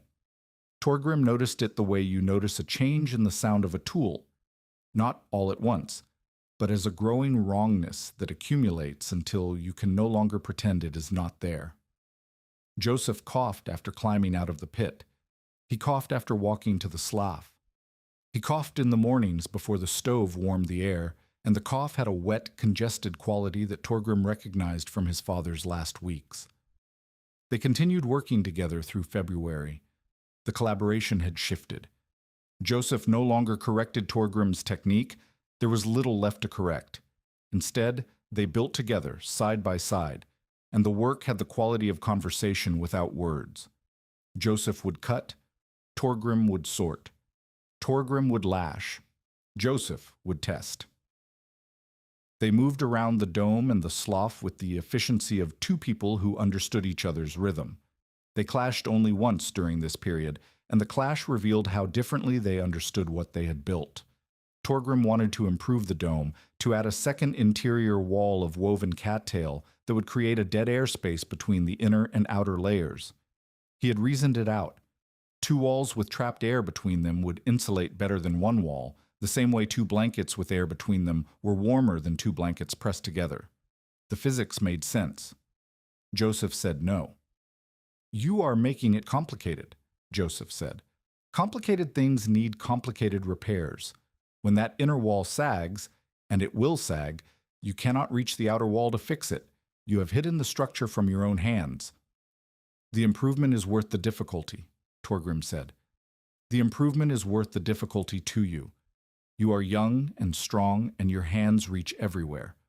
What about the widow who builds next year? What about the man with 1 arm? What about the woman whose husband is dead and whose children are too small to hold a lashing while she ties it?" Torgrim stopped. He had been thinking like a builder. Joseph was thinking like a teacher. The dome was not meant to be the best shelter one skilled man could construct. It was meant to be the best shelter anyone could construct with what the prairie offered. The moment the design required exceptional skill, it stopped being useful to the people who needed it most. Torgrim did not build the second wall. He understood for the first time that Joseph's refusal was not stubbornness. It was fidelity to the people the knowledge was meant to serve. It was during this period that Joseph told Torgrim about the Knife River villages. Not the architecture. He had explained that already. The life. His mother's aunts arguing over the placement of a smoke hole. The children crawling through the lodges at night, counting sleeping bodies by touch. The smell of dried meat and willow bark and packed earth that Joseph said was the smell of being inside something alive. My mother missed it, Joseph said. She married my father and left the river and never went back. But she built every camp the same way. Every tent, every lean-to. She could not make it the same shape. She made it the same feeling. What feeling? Torgrim asked. Joseph thought about it. The feeling that the house knows you are inside it. They were sitting in the dome when he said this. The stove was burning low. Snowlight filtered through the vent cap in pale threads. Torgrim listened to the reeds settle overhead and understood what Joseph meant, because the dome did know. It responded to heat, to wind, to the weight of bodies and breath. It was not a box that happened to contain people. It was a structure that existed in relationship with the people inside it. Joseph's cough worsened through March. He had planned to leave for relatives near the Missouri, Métis kin who kept a camp on the river bluffs where the winter broke earlier. But a late thaw flooded the trail south, and the flood froze overnight into a sheet of ice that made wagon travel impossible. Joseph stayed. He stayed in the call dugout, not in Torgrim's dome, because Reuben had offered a bed, and Joseph had accepted with the particular dignity of a man who understands that accepting help is not the same as needing it. He spent mornings at the slough, cutting and sorting with decreasing speed. He spent afternoons in the dome watching Torgrim teach visitors. On a day in late March, Joseph asked Torgrim to dismantle a section of the dome's north shoulder, a section that was perfectly sound, perfectly lashed, perfectly sealed. Torgrim refused. That section took 4 days to build, he said. Take it apart. It is not damaged. There is no reason. Take it apart, Joseph said. His voice had the same tone it carried when he had told Torgrim to reject 1 stem in 5, or to relash 20 feet of work, or to build the vent cap he did not want. The tone of a man who would not explain until the lesson had been performed. Torgrim took it apart. He cut the lashings. He pulled the cattail mats free. He unlashed the willow ribs from the anchor ring and bent them back. He stood in the dome with a ragged hole in the north shoulder, cold air pouring through, and looked at Joseph. If you cannot take it apart, Joseph said, you do not understand how it stands. Torgrim reassembled the section. It took him 3 hours instead of 4 days because this time he understood every joint, every tension line, every load path. He understood where the weight transferred from mat to rib to anchor. He understood which lashings bore force and which bore only habit. He understood the structure not as a finished thing, but as a system of decisions, each one dependent on the ones around it. Joseph watched the reassembly and nodded once. He coughed. He walked back to the call dugout. He did not come to the slough the next morning. Joseph Charette died on the 4th of April, 1887. He died in the call dugout with Clara's quilt over his chest and Reuben's daughter sleeping in the next bed, unaware that the man breathing beside her had stopped. It was not dramatic. It was not a scene. It was the end of a man whose knowledge had already moved into other hands and whose body had simply taken longer to acknowledge what his lungs had been saying since January. Torgrim found out at dawn when Reuben walked across the 3 miles between their claims and said, Joseph passed in the night. They buried him on the rise above the slough where he had spent the most time. Torgrim cut cattails and laid them across the grave, not as decoration, but because it was the material Joseph had taught him to respect, and placing it there was the only statement he knew how to make. The cattails Joseph had cut stood stacked under 3 different roofs now, under Torgrim's dome, dry and warm, under Reuben's patched ceiling, filling the gaps where the cottonwood beams had failed, under a reed mat that Beret had hung above the entry passage of the call dugout, because Clara had asked for one after the storm. Every roof smoked in the morning, and every thread of smoke owed something to the hands of a man who had corrected a stranger's cutting technique in a frozen slough. and never asked for payment. Torgrim taught 3 families to build reed snow roofs before the following autumn. Each build was different because each claim had different materials and different needs, and Torgrim had learned from Joseph that forcing one design onto many situations was how knowledge died. Reuben Call built the first, 12 feet by 14, the minimum legal shelter, sized to his available willow and his wife's patience. Lower dome, fewer ribs, more clay at the entry, where the wind hit his particular hillside hardest. Reuben lashed with rawhide because he had cattle leather to spare. His children slept under the dome that winter and did not wait cold. A Swedish homesteader named Lindquist built the second using creek willow instead of cattail for the outer lattice because his claim sat on a drainage with thick willow stands and no cattail within reasonable distance. The willow lattice caught snow differently, coarser gaps, faster bridging, but less uniform coverage. Torgrim adjusted the design, recommending double courses of willow at the crown where the coverage was thinnest. The third was built by Marit Neshim. Marit was Clara Call's widowed cousin, 31 years old, arrived from Minnesota in the spring of '87 with a homestead filing of her own, and a manner that suggested she had not come west to be rescued. She was practical in the way that people are practical when they have already lost the luxury of sentiment. Her husband had died of typhoid 2 years earlier, and she had sold everything except the filing papers and a set of barrel hoops she said she would find a use for. She found a use for them. When Torgrim showed her the vent cap design, she looked at the willow and reed construction and said, "The barrel hoops would hold the cap tighter. The wood is already curved.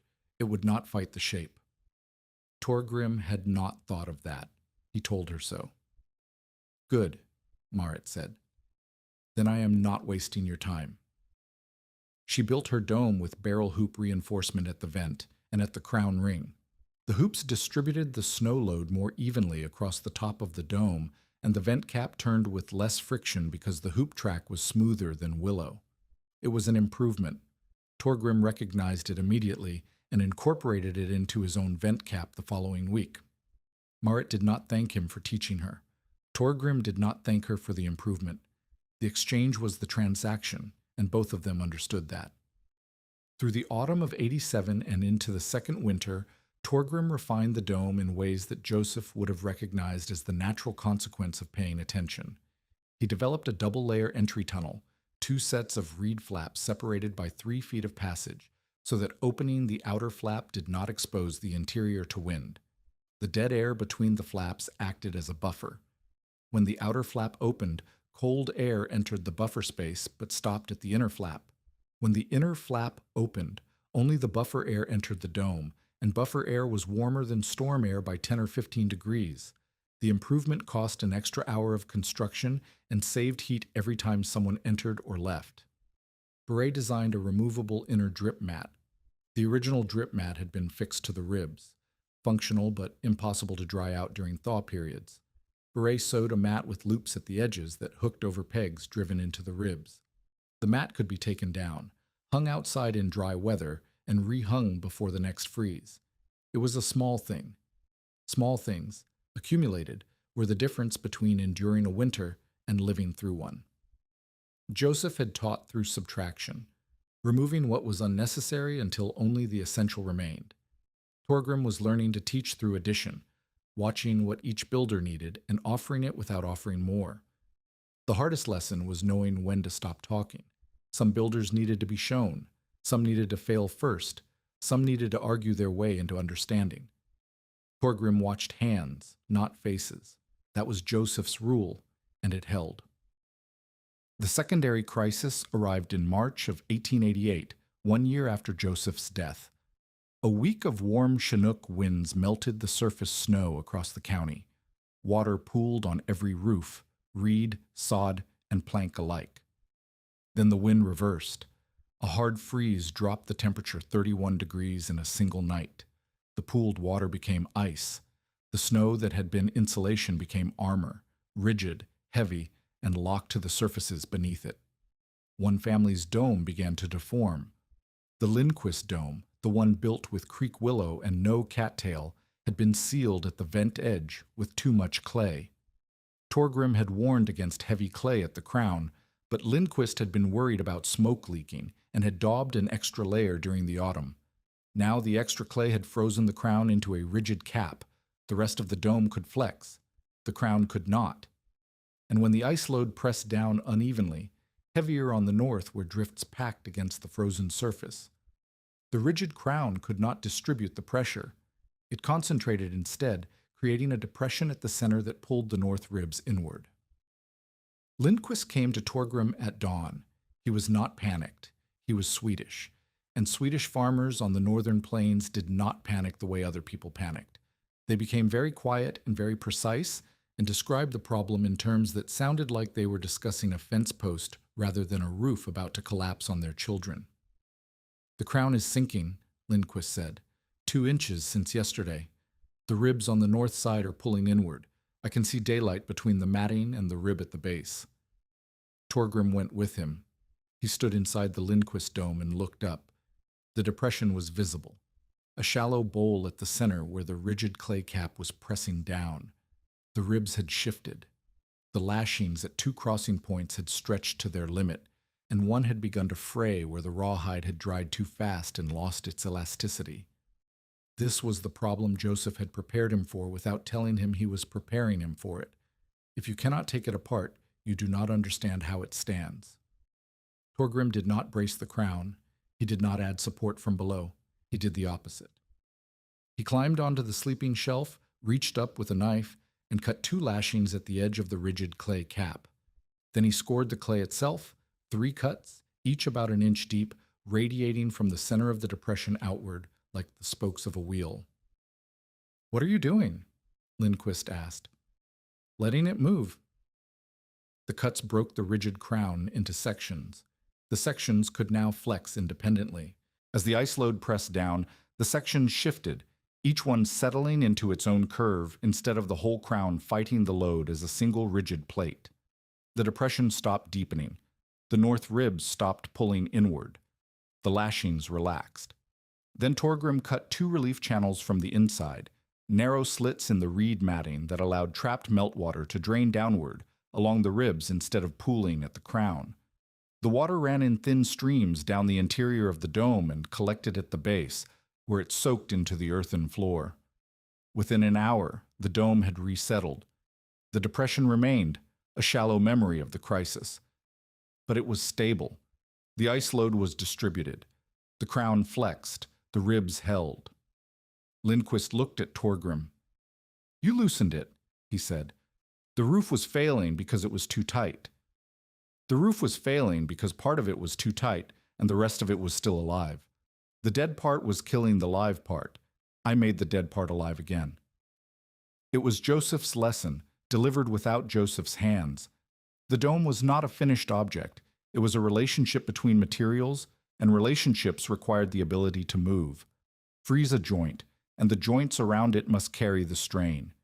Freeze enough joints, and the whole system fails. Not because the materials are weak, but because the system has been denied the ability to adjust. If this story has changed how you think about strength and flexibility in building, in survival, in life, share it with someone who needs to hear it. Sometimes the thing that bends is the thing that lasts. Ephraim Vale made his last organized attempt to undo Torgrim's growing reputation in the spring of '88. The ice deformation at Lindquist's dome gave Vale the opening he wanted. He went to the county office and filed a complaint alleging that Torgrim Flaten was constructing and encouraging others to construct unsafe brush shelters that violated the spirit of the homestead improvement requirement. He described the dome as a fire hazard, reeds being flammable, and a collapse risk, reeds being weak. He did not mention that the dome had survived a storm that had killed cattle, collapsed plank roofs, and driven his own hired hand into frostbite. He did not mention that his interest in the Flaten claim had nothing to do with public safety and everything to do with a spring and 60 acres of lowland grass. The county sent a man, not Halcombe, a younger inspector named Petrie, who had been on the job for 4 months and had never seen a reed dome. He arrived at Torgrim's claim with a measuring rod and a form. Halcombe arrived 20 minutes later. He had heard about the complaint and had ridden from town without being asked. because he understood that a young inspector with a form and no experience was exactly the kind of man who could condemn a sound structure on paper while standing inside the proof that it worked. Petrie measured the interior. 14 by 18 at the floor. Legal. He measured the headroom, 4 feet at the center sloping to 2.5 at the rim. He frowned. He tested the vent. Functional. Drawing well. He tested the entry passage. 2 body lengths. South-facing, clear of obstruction. He wrote everything down. Then he pressed the wall. It flexed. "This moves," Petrie said. "Yes," Halcombe said. He was standing in the entry passage with his arms folded. "It moves. That is why it is still here." Halcombe walked Petrie through the dome the way Joseph had walked Torgrim through the design, not with lectures but with physical demonstrations. He showed Petrie the anchor ring. He showed him the lashing pattern, tighter on the windward side. He showed him the sacrificial lattice remnants still visible on the outer surface. He showed him the temperature readings Reuben Call had recorded over the winter. Then he said, "I inspected this claim before the storm. I told the boy it was a coffin. The storm came. His shelter held. Mine would not have. I have been building roofs for 37 years, and this is the first time I have stood inside a structure that survived by bending under weight instead of breaking against it. If you condemn this on Ephraim Vale's word, you will condemn the only innovation in this county that has saved more lives than it housed." Petrie did not condemn it. He filed the inspection as compliant and noted in the margin, Torgrim saw it later, "Unconventional construction. Sound." Vale received the report and said nothing publicly, but the complaint had done its work in one respect. It had forced an official inspection, and the official inspection had validated the dome on paper. The document existed. It could be referenced. It could be shown to future inspectors, future complainants, future Ephraim Vales who confused their interest with the public good. Torgrim did not celebrate the inspection. He did not confront Vale. He went back to the slough and cut cattails for Marit Neshim's second storage dome, because there was work to do, and the work did not pause for victories any more than it paused for grief. But something had shifted. The community that had mocked the upside-down basket now had 7 families using some version of the method. Full domes, partial reed ceilings, cattail mat insulation under sod, barrel hoop vent caps. The knowledge was spreading not because Torgrim promoted it, but because it worked, and on the northern plains in the late 1880s, things that worked did not need promotion. They needed only survival, and survival was its own argument. The question that had driven the story since the first cattail was cut, "Will this hold?" had been answered. The new question was quieter but carried further. What else could this become? The second hard winter came for Ephraim Vale the way hard winters come for men who believe they are above the weather, without warning, without mercy, and without regard for how many cattle a man owns, or how loudly he has mocked the people who prepared. It was January of 1889. The storm was not as long as the great weight of 87, but it was colder, a 3-day freeze that dropped the temperature to 34 below and held it there with the patience of a thing that has nowhere else to be. The wind was less violent, the snow was less deep, but the cold itself was a predator that did not need wind or snow. It needed only time, and time was the one thing it had without limit. Vale's line shack, rebuilt after the 87 storm with heavier planks and a steeper roof pitch, held its shape through the first night. The plank walls did not crack. The roof did not sag. What failed was the heat. The line shack had no insulation beyond the planks themselves. It had no earth berm. It had no snow shell. It had walls that were one thickness of milled lumber between the stove and 34 degrees below zero, and milled lumber has the thermal resistance of a closed fist raised against a river. By the second morning, the stove could not keep the interior above freezing. By the second afternoon, water left in a bucket beside the stove had frozen.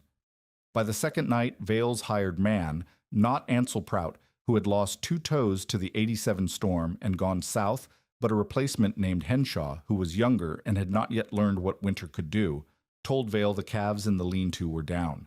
Vale had 12 calves sheltered in a lean-to built against the south wall of the line shack. The lean-to was planks and tar paper. It blocked wind. It did not hold heat. When Henshaw broke the ice from the lean-to door and looked inside, 5 calves were standing and 7 were lying on their sides with frost on their nostrils, and the slow, shallow breathing of animals whose bodies were burning muscle to stay alive. Vale had 2 choices.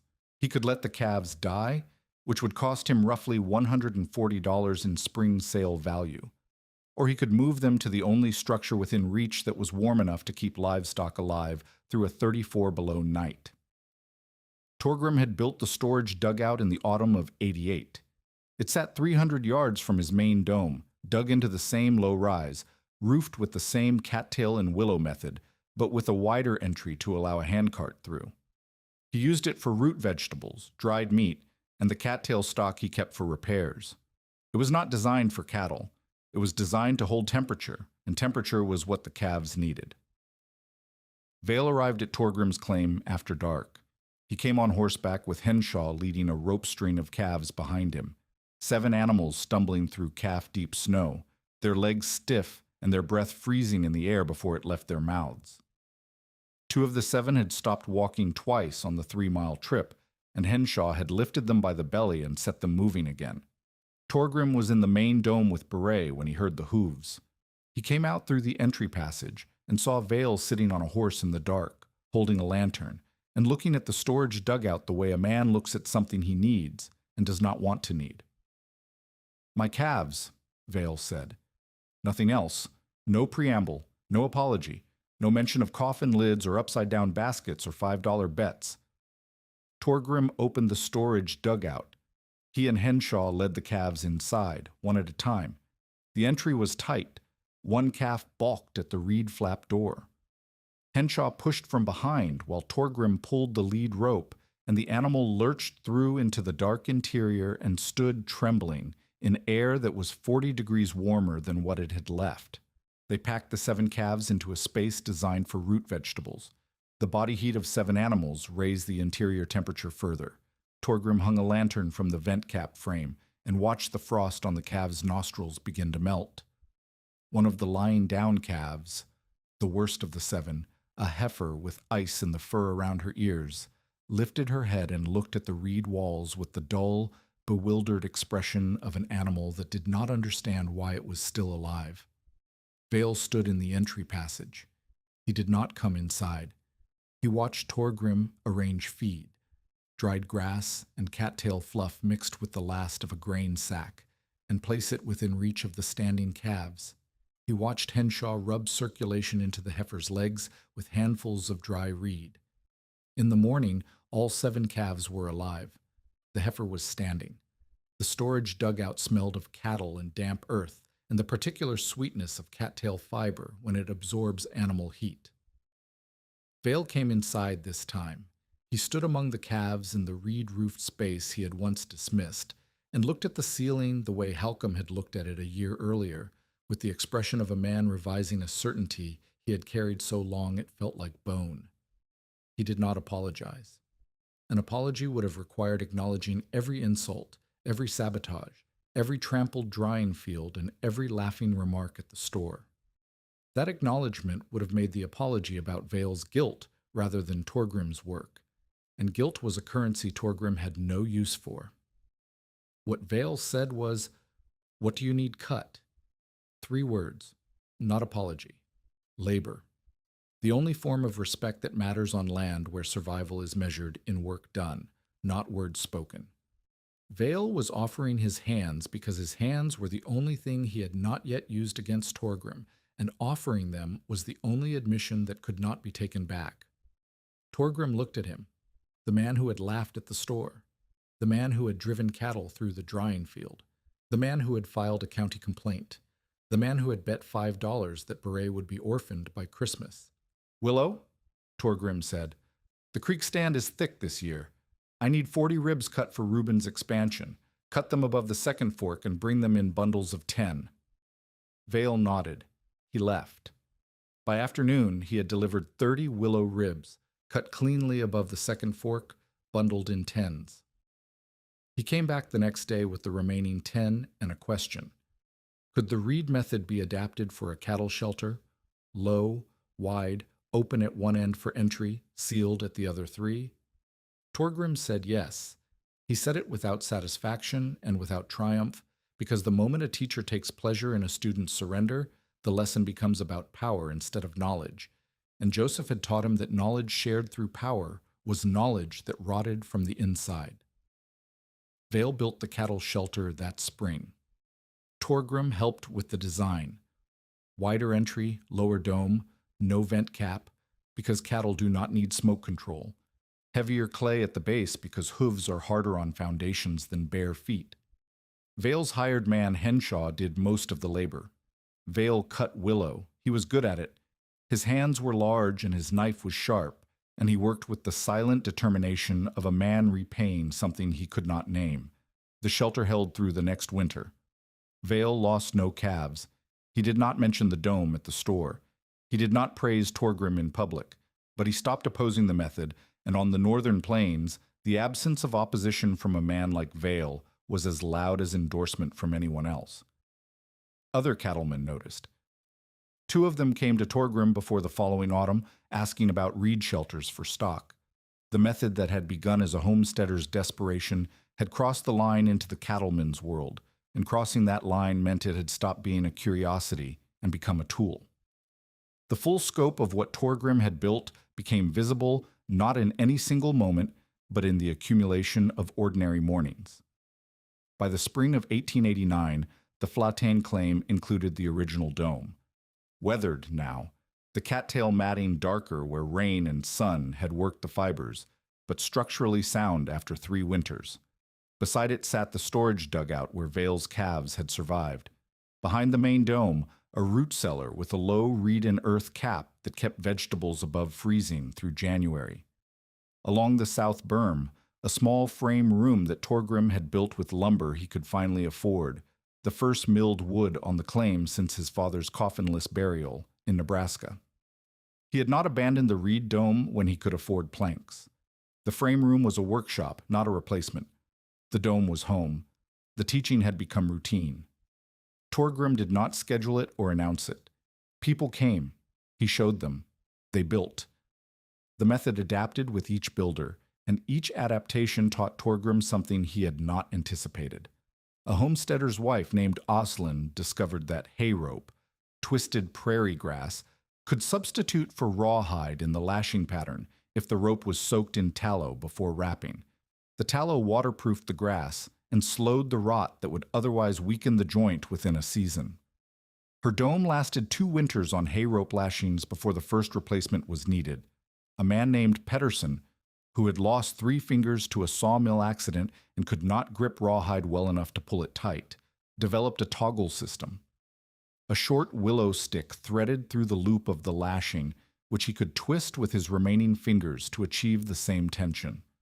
The toggle became standard in Torgrim's teaching after Pedersen showed it to him. Each improvement was a collaboration between the method and the person using it, and each collaboration proved Joseph's principle. The design must serve the builder, not the other way around. Asa Halcombe kept a sample reed bundle in his wagon.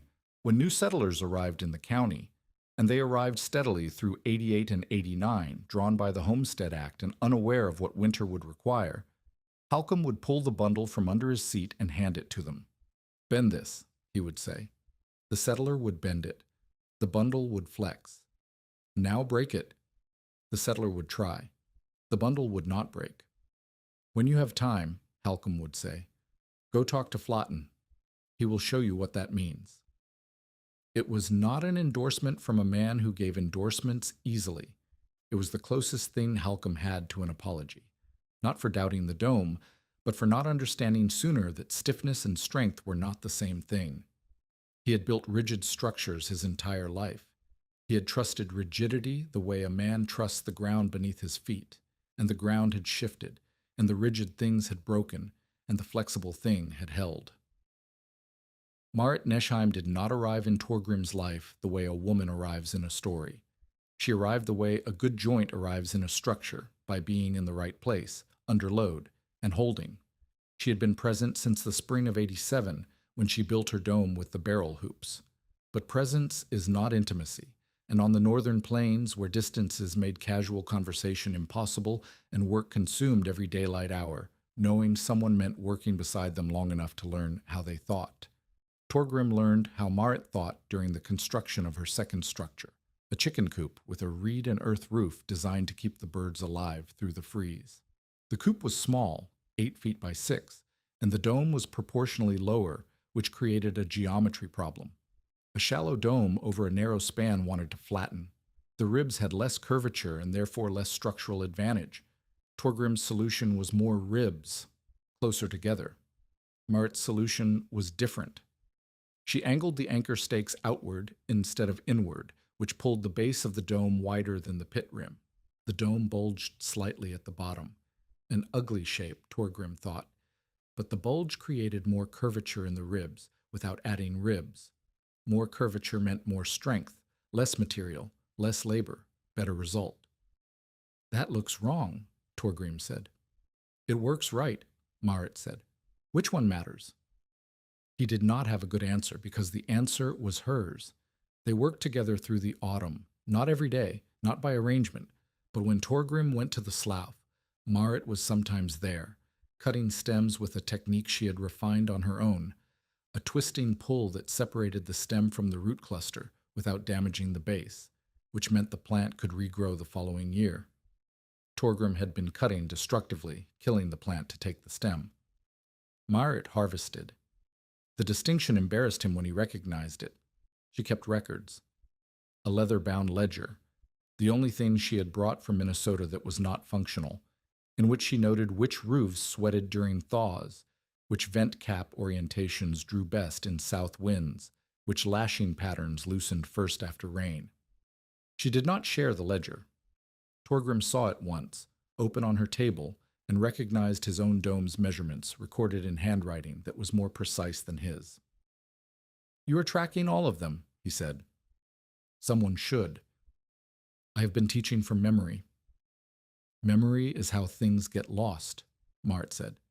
"Ledgers are how things get kept." She was right, and her rightness had an edge to it that Torgrim found uncomfortable, and then necessary, and then, slowly, over months, essential. She did not soften observations to protect his feelings. She did not defer to his experience when her own experience contradicted it. When he described the dome's performance at a teaching session, giving Joseph full credit for the design and himself credit only for the labor, Marit waited until the visitors had left and said, "You give Joseph everything and Beret nothing." Torgrim stopped walking. "Joseph designed the dome," Marit said. "But Beret designed the drip mat. Beret designed the lampblack marking system. Beret taught 3 women the over-under stitch that holds half the panels in this county together. You talk about Joseph like he built this alone. He did not. Your sister built half of what people sleep under, and you do not say her name when you teach." Torgrim stood in the late afternoon light and felt something realign inside him. Not a correction of fact, but a correction of vision. He had been so careful to credit Joseph that he had erased Beret. He had been so committed to honoring the source of the knowledge that he had overlooked the hands closest to him. He said Beret's name at the next teaching session. He said it at everyone after that. And the sentence changed. "I did not invent this. I was taught by Joseph Charette, and I was built by my sister Beret." Marit heard the new sentence. She said nothing about it. But the next time she came to the slough, she brought her ledger and opened it to the page where she had recorded Beret's drip mat design. She had drawn it, the hooks, the loops, the hanging points, with the precision of a person who understood that a drawing could outlast the hands that made the thing it depicted. "Beret should see this," Marit said. "She would say you draw better than she sews." She would be right. It was the first time Torgrim had heard Marit make a joke. It was small and dry and arrived without warning, like the first crack of thaw ice on a still morning. He laughed. She did not laugh, but the corner of her mouth moved, and the movement was enough. The courtship, if that word applies to 2 people who spent more time arguing about reed orientation than talking about themselves, happened through work and through the small negotiations that work demands. They disagreed about drying times. Marit thought stems could be used after 4 days of standing, Torgrim insisted on 6. They tested both. Marit was right for thin stems. Torgrim was right for thick ones. They compromised on 5, and neither acknowledged the compromise because acknowledging it would have meant admitting they had each been half wrong, and neither of them enjoyed being half wrong. They disagreed about teaching. Torgrim taught by demonstration, the way Joseph had taught him, showing the hands what to do and trusting the mind to follow.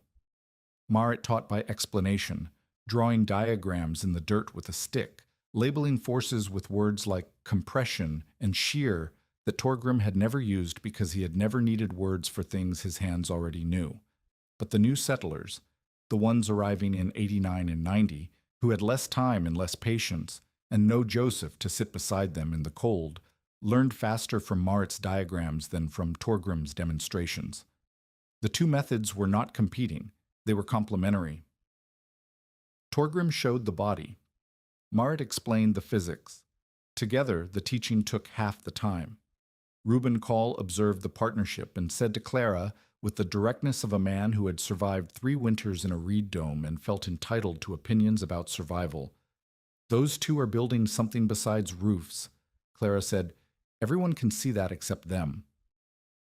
Torgrim and Marit married in the spring of 1890. The ceremony was at the Call's claim, because Reuben's dugout had the most space, and Clara had made a cake from the first eggs of the season. Beret stood beside Torgrim. Asa Halcombe attended, which surprised no one, and brought a set of hinges as a wedding gift, which surprised everyone because Halcombe was not a man who gave gifts, and hinges were not romantic.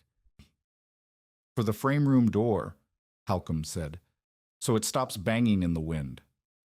It was, in its way, a benediction.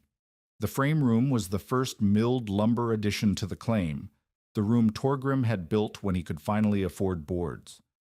Halcombe had spent his life building with milled lumber.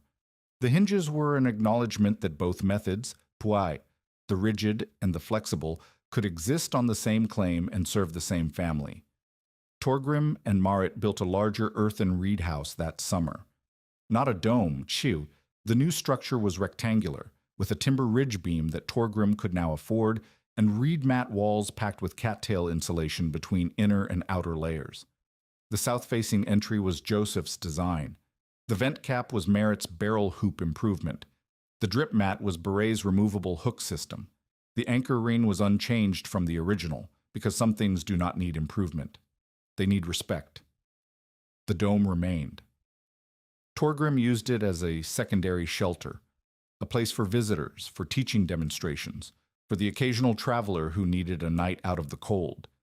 It was no longer the only structure on the claim, but it was still the first, and Torgrim maintained it the way a person maintains the thing that saved them, not out of necessity, but out of a debt that work can acknowledge even if words cannot.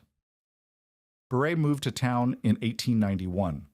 She had been studying with a circuit teacher who visited the settlement twice a month, and by the age of 21, she had earned a teaching certificate from the Territorial Normal School.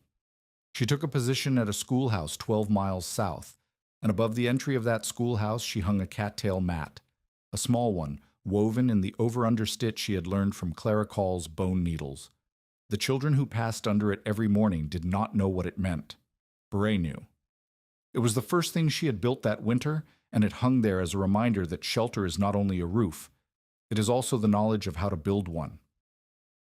The years compress the way years do when the urgency of survival gives way to the rhythm of living. Torgrim and Marit had 3 children. The first was born in 1891 in the reed and timber house, with Clara Call attending because the nearest doctor was 22 miles away and the roads were frozen. The second came in 93, the third in 96. Each child grew up in a house that breathed when the wind blew, and none of them thought that was unusual, because they had never lived in a house that did not. The eldest learned to weave cattail mats before she learned to read, and she considered this the natural order of education. The youngest, a boy, once asked Torgrim why their house moved in the wind when the Call's new frame house did not. Torgrim took the boy outside, pressed his hand against the reed wall during a gust, and let him feel the flex. "Does it scare you?" Torgrim asked. "No," the boy said. "It feels like it is alive. Then you understand. Marit's ledger grew thick. By 1895, it contained entries for 14 structures across 4 townships: domes, half-domes, storage shelters, animal shelters, and hybrid designs that borrowed elements of the reed method and combined them with frame construction. She noted which designs held, which failed, and why. She tracked the age of lashings, the lifespan of cattail stems exposed to rain versus those protected by snow, and the relationship between dome height and fuel consumption. The ledger was not published. It was not intended for publication. It was intended for the next person who asked, "How do I build this?" so that the answer could come from evidence rather than memory. Reuben Call became Torgrim's closest neighbor and remained so for the rest of their lives. The 3 miles between their claims shrank over the years as both families expanded, and the path between the 2 dugouts, and later the 2 houses, became a track, and the track became a road, and the road acquired a name that nobody remembers now, but that both families used as casually as a hallway. On winter evenings, when the wind was too loud for work and too cold for travel, Reuben would sometimes walk the road to Torgrim's house and sit by the stove and say nothing for an hour. It was not silence born of emptiness. It was the silence of 2 men who had survived something together and did not need to discuss it because the survival itself was the conversation, ongoing and unfinished, conducted in the language of continued presence. Clara Call died in 1894 of a fever that came fast and left the way fevers leave, taking everything warm with it. Reuben raised the children alone after that, with Marit helping when help was needed, and Beret visiting from town when the roads allowed. The bone needles Clara had given Beret, the ones that had changed the stitching pattern and saved hours of labor across a dozen roofs, Beret kept in a cloth pouch in her schoolhouse desk. She used them to teach students the over-under stitch during winter afternoons, when the lessons were finished and the wind was too high for dismissal. The stitch was not part of the curriculum. It was part of something older than curricula, something that lived in hands rather than books, and Beret passed it on the way it had been passed to her. One pair of hands showing another, without explanation, trusting the fingers to understand what the mind would catch up to later. Torgrim aged into a man others asked before cutting timber. Not because he was the most experienced builder in the county, Halcombe still held that title and guarded it, but because Torgrim understood something that experience alone could not teach, that the material should choose the method, not the other way around. If a man had timber, Torgrim told him to build with timber. If a man had reeds and willow and thyme, Torgrim showed him the dome. If a man had nothing, Torgrim showed him the slough and put a knife in his hand. The philosophy was Joseph's. The practice was Torgrim's. The distinction between the two had blurred over the years until they were the same thing, the way a river and its banks are different things that cannot exist without each other. In old age, Torgrim walked with a cane carved from a willow branch that had been part of a dome rib 20 years earlier. The branch had bowed under snow and sun and rain and had developed a curve that fit his palm the way a tool fits a hand that has used it long enough. He walked slowly. His knees had absorbed 30 years of climbing in and out of dugouts, and they reminded him of the debt each morning when he stood. On a day in late October, the kind of day that smelled of early snow and ending, he walked to the slough. The cattails stood tall and brown in their ranks, rattling in the same wind that had rattled them the first time he had walked here, 20-some years earlier, carrying nothing but grief and a pocketful of coins. He cut one stem. He held it in his hands and bent it across his knee the way he had bent the first one, the day the ice storm had shown him what reeds could do. The stem flexed. It did not break. A child was with him, one of Reuben's grandchildren, a girl of 7 who had been following him because children follow old men who walk to marshes the way water follows gravity, without explanation. Torgrim handed her the stem. She held it with both hands and looked at it the way children look at things adults give them, expecting it to do something, not yet understanding that the thing itself is the lesson. "Bend it," Torgrim said. She bent it. It bowed. It did not snap. She looked up at him, waiting for the rest. There was no rest. The cattail stem in a child's hands, bending without breaking, was the whole story told in a single motion. Everything else, the dome, the storm, the skeptics, the mentor, the snow that became a wall, the community that learned to build what it had mocked, all of it was contained in the curve of a reed that refused to be straight and survived because of it. By the third winter after the Great Weight Storm, at least 7 families in the district had copied part of Torgrim Flatten's roof system. Not all of them built full domes. Some used reed mats as inner ceilings under sod. Some used cattail panels as insulation between wall layers. Some used the barrel hoop vent cap on conventional frame roofs. The spread was not the structure. The spread was the principle. Let local materials work with the weather, instead of pretending the prairie was a forest. Torgrim Flatten lived out his life on the claim his father did not survive long enough to finish. He and Marit raised 3 children there. Beret's schoolhouse, 12 miles south, kept a cattail mat above the entry as a reminder of the winter when a roof nobody trusted held more lives than it was built for. Marit's ledger, by the time her eldest daughter inherited it, contained entries for 23 structures and the performance notes of 9 winters. Ephraim Vale had called it an upside-down basket. Asa Halcombe had called it a coffin. But when the snow came heavy enough to erase the dugout from the prairie, when 34 below turned plank walls into paper and rigid beams into kindling, the basket did not break. It bent. It caught the storm. And it let the storm finish the roof that Torgrim Flatten's hands had only started. The last builder was always the snow. The snow was always the coldest, heaviest, most patient hand on the structure. And it held because the structure had been built not to fight it, but to welcome it, the way a cupped hand welcomes water, not by gripping, but by shaping itself around what it receives. Spring melt dripping from the white dome in slow beads, smoke lifting through the reed-capped vent into pale sky, and Torgrim's hand pressing the wall from inside, not to hold it up, but to feel it breathing.